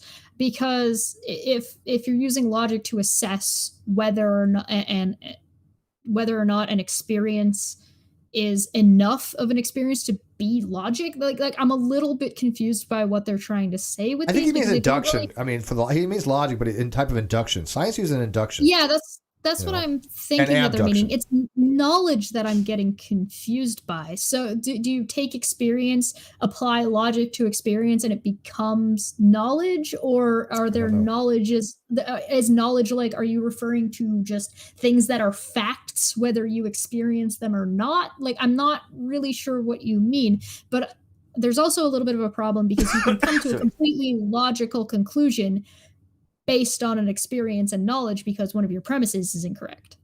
Yeah. So you can be completely logical and have knowledge and have experience, but if your knowledge is wrong or your experience is misinterpreted, I guess would be a way to put it, or you misinterpreted the knowledge that you have, you could be completely logical and completely get it wrong. Well, so I'm not entirely sure what they're saying. I agree with that, but here's, again, a lot of people use logic for the word reason, and they're synonymous, but if they mean something else, then I'm down to have that conversation too. Here's the issue I have with some theists when they try to promoting young earth creationism. That is not a matter of subjectivity. That is not a matter of my opinion versus their opinion. They are wrong. They're straight up wrong. Young earth creationism is bullshit. It's not just possible. It is. Young earth creation is possible logically, but it is impossible from any kind of scientific standpoint. And so science has already disproven young earth creationism. It did not happen that way. We know that for a fact. There's no argument to be had there. Just like there's no argument to be had that the earth is flat. They're wrong. They're just flat out wrong. Now, what a lot of them just do is say, hey, look, the science may show this, but we believe it anyways. They can be almost like a fiatist. A theist will say that God exists. I don't have a good reason for why God exists, but I believe it anyways. Pietism. So a young earth creationist could say, look, I know all the science says this, but I'm going to believe it anyways. Okay, do what you got to do. But when they say the science is wrong, then they're bullshitting. That's when they've jumped the shark. And that's what I find to be egregious among many PhDs that have decided to throw away their scientific credentials for young earth creationism because they are no longer scientists, but for the fact that nothing they exposed to in science can change their ideology. So I think that, just to be clear, Maverick asked the question, which premise is incorrect and why? And just to be clear, I don't think Steve was saying you had necessarily an incorrect premise. I think Steve was saying that this premise isn't conclusive because it could be these other things. Right. Yeah, like I said, prime mover could be God. And it's not that younger creationists has proven anything against young creationists. It has been demonstrated by science to be incorrect. Right. There's a difference between if you're talking about the Big Bang versus if you're talking about young Earth creationism, which is two different things. Yeah. The science in every discipline has shown the Earth is not flat. Science in every discipline has shown young creationism is not the case. We know by multiple different ways of consilience that the age of the Earth is around 4.5 billion years, give or take. Brian's killing me today. Yeah. But we don't prove things in science. Yeah, and what I was saying about you can have a false premise, it wasn't talking about those premises, like your 2, 3, and 4. I was talking about if you're using logic to deduce experience and knowledge, you could have a false premise and still get a logical conclusion. I'm just trying to be clear. All right. Wow, this was a lot longer than I expected. So let's wrap this up, guys. If you guys like this kind of stuff, let me know. I'm going to do it more often anyways, but I think I'm going to get a paper and start talking about it. She does Goblin reads on things. I might do Holy Pope of Agnosticism reads peer-reviewed papers and just kind of get the highlights from it. I do enjoy that that's like kind of Beavis and Butthead sounding, and you're like Aholio. Aholio! Aholio. That's my channel if anybody wants to go over. There's a couple of good stuff what's that song by Red Hot Chili Peppers? Which one? Ayo, do what I say, whatever that. I don't know their name. Ayo, listen what I say. That's a hard line. That's a musical genius in that song, actually. We gotta do some music stuff too. I would love to do some music theory stuff. And I thought you were gonna go show people what real music is. I mean, go listen to some Dream Theater and try to do some of Joe Petruccio stuff, man. Yeah, if you're interested in seeing kind of like these guys are just like incredible on the arpeggios. I sent one of my all-time favorite albums to Anastasia called to Heather, and it's called Yngwie Malmsteen's Rising Force, his very first album. It changed my life. And so these people that think that this modern music, I mean, you think WAP is a freaking... That's played at the Grammys, and I'm like, okay, this is shit, man. I mean, to be fair, I think WAP changed at least one person's life. Probably did. Ben Shapiro. Well, WAP, back in my early formative years, WAP changed a lot of things in my life. But as far as far as like musical stuff, and the one go. Music, philosophy of music. Oh, that'd be hilarious. Yeah, we could talk about that. That'd be awesome. If you guys are interested, I do have some silliness over on my channel, but I also have like these kinds of, so if you see these lack of theist conversations, I have done a couple of them over on my channel. One of them is just called Twitter Atheism, and it's just like, real quick, so let me address with the Maverick because he's talking to Sarah. Do you know what half-life is? Yes, she does. Sarah is well educated in physics, by the way. I know it's kind of sexist for you to think that because she's a woman, she doesn't know anything about physics. But does aging occur without cause? No. But radioactivity does? Yes. Radioactivity has no cause. As a matter of fact, spontaneous fission and weak nuclear decay has been actually proven. I will use the word proven because it's mathematically the case. That does not have the ability to have a local hidden variable. So it doesn't satisfy the Bell inequality. So when you're looking at these types of things and you say, okay, we see an event take place. We see a radiological event, and we'll call that like a weak nuclear decay because it's based upon the weak nuclear force. And so you have a neutron going into a proton, having an electron and an electron neutrino. That is based upon the fact that we do not know when that's going to occur, nor could we ever know that it can occur because there's absolutely no information in that system prior to the event. It is legitimately a cause of event without a causation. There's no causation for spontaneous fission or nuclear decay because there's nothing in that system prior to the event. The event occurs, period. There's no rhyme or reason for it. There's nothing that we're missing out on. There's nothing like we're looking at it going, okay, there's something in the system and then all of a sudden, because of that, there's a weak nuclear decay. No, there is no hidden variable. In fact, all hidden variable models have been discounted mathematically proven to be discounted. Now, there are global hidden variable models like pilot wave theory and what's called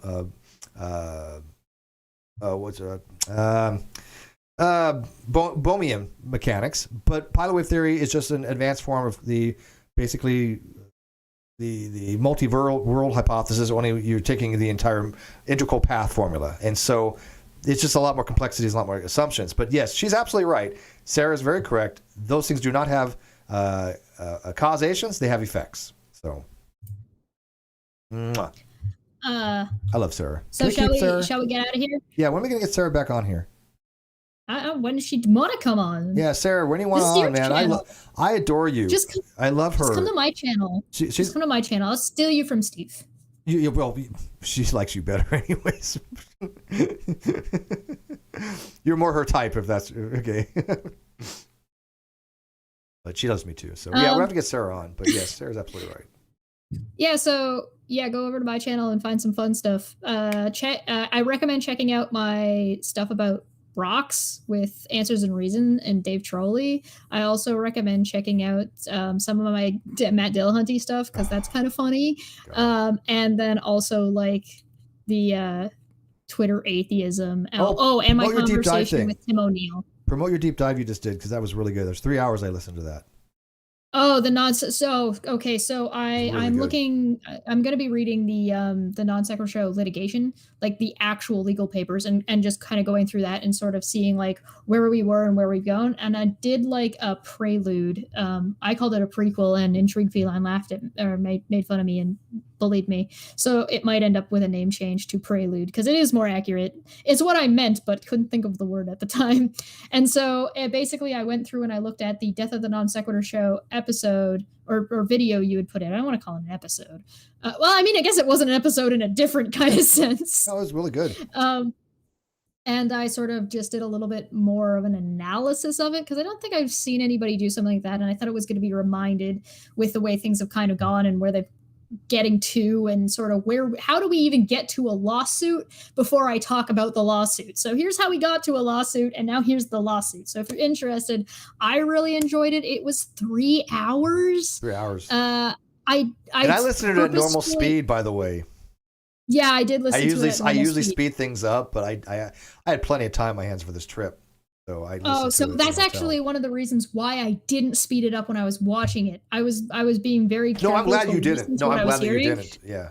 And so that way people, if they wanted to speed it up, didn't have to jump back and forth between the speeds. So everything is all nice and smooth for them. Yeah, that was wise. I hope you enjoy it. I will add the link. So if you want to just jump from here to there, you can jump from here to there. By the way, we need to make my dream come true. We need to get this is my dream. If you guys ever wanted, like, if I have a last wish of any kind, to get Cheshire, Sweet Heathen, Heather, Sarah, and Christine Santiago in the same room together.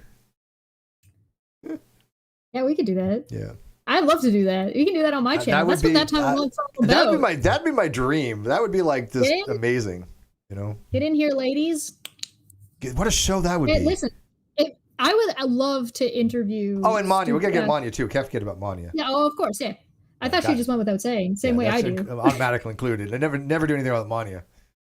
I would love to get Super Horror Energy even on with just me and her to just sort of talk about her education and what she knows and just talk about stuff. Have you talked to her? Just only on like messages. Oh, really? Oh, she's so amazing. Yeah. And she's with me and tell me where you're free. She's gorgeous. I will give her this. She's gorgeous. Naked. I mean, YouTube will shut us down. I have that as well. She has those videos. Perfection. Yes. Now stop bragging, Steve. Let's get out. Oh yeah. Well, she used to be a nude activist. She used one of those people that use nudity for. You're just rubbing it in my face now. Like this, all this is. She won't mind if I send you some stuff. If I still find it, I don't know what I ever did with it. It's been years. But rude. How dare you? Well, she was married for the longest time. I love Twister. Don't tease me. Twister? Oh my God! That's why I would end up killing myself. I was going to play Twister. I think Twister's. Yes, Smitty, I did relay your message to Sweet Heathen to say hi to her. I did tell her. let's get out of here. All right, let's get out of here, guys. We got some other stuff coming up in the future, but I don't know what it is right now, and I don't care. But she's got a lot of stuff. Go check her out, her channel. And I want to thank you guys for this. This was fun, a lot longer than I expected. But I think I made my argument Usually that we're live today on my channel, but because we're live over here during my live time that I'm usually live on my channel, I probably won't be live later, and I'll go live on Wednesday instead. So I'm just moving my Tuesday. Basically, we didn't have Monday, so this is our Monday. So tomorrow will be my Tuesday stream time.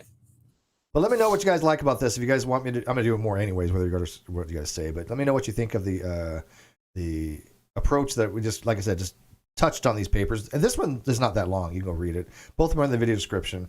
But next time you see a new atheist out there spewing their nonsense, atheism, lack of belief, tell them to go get an education. Be done with them. Peace.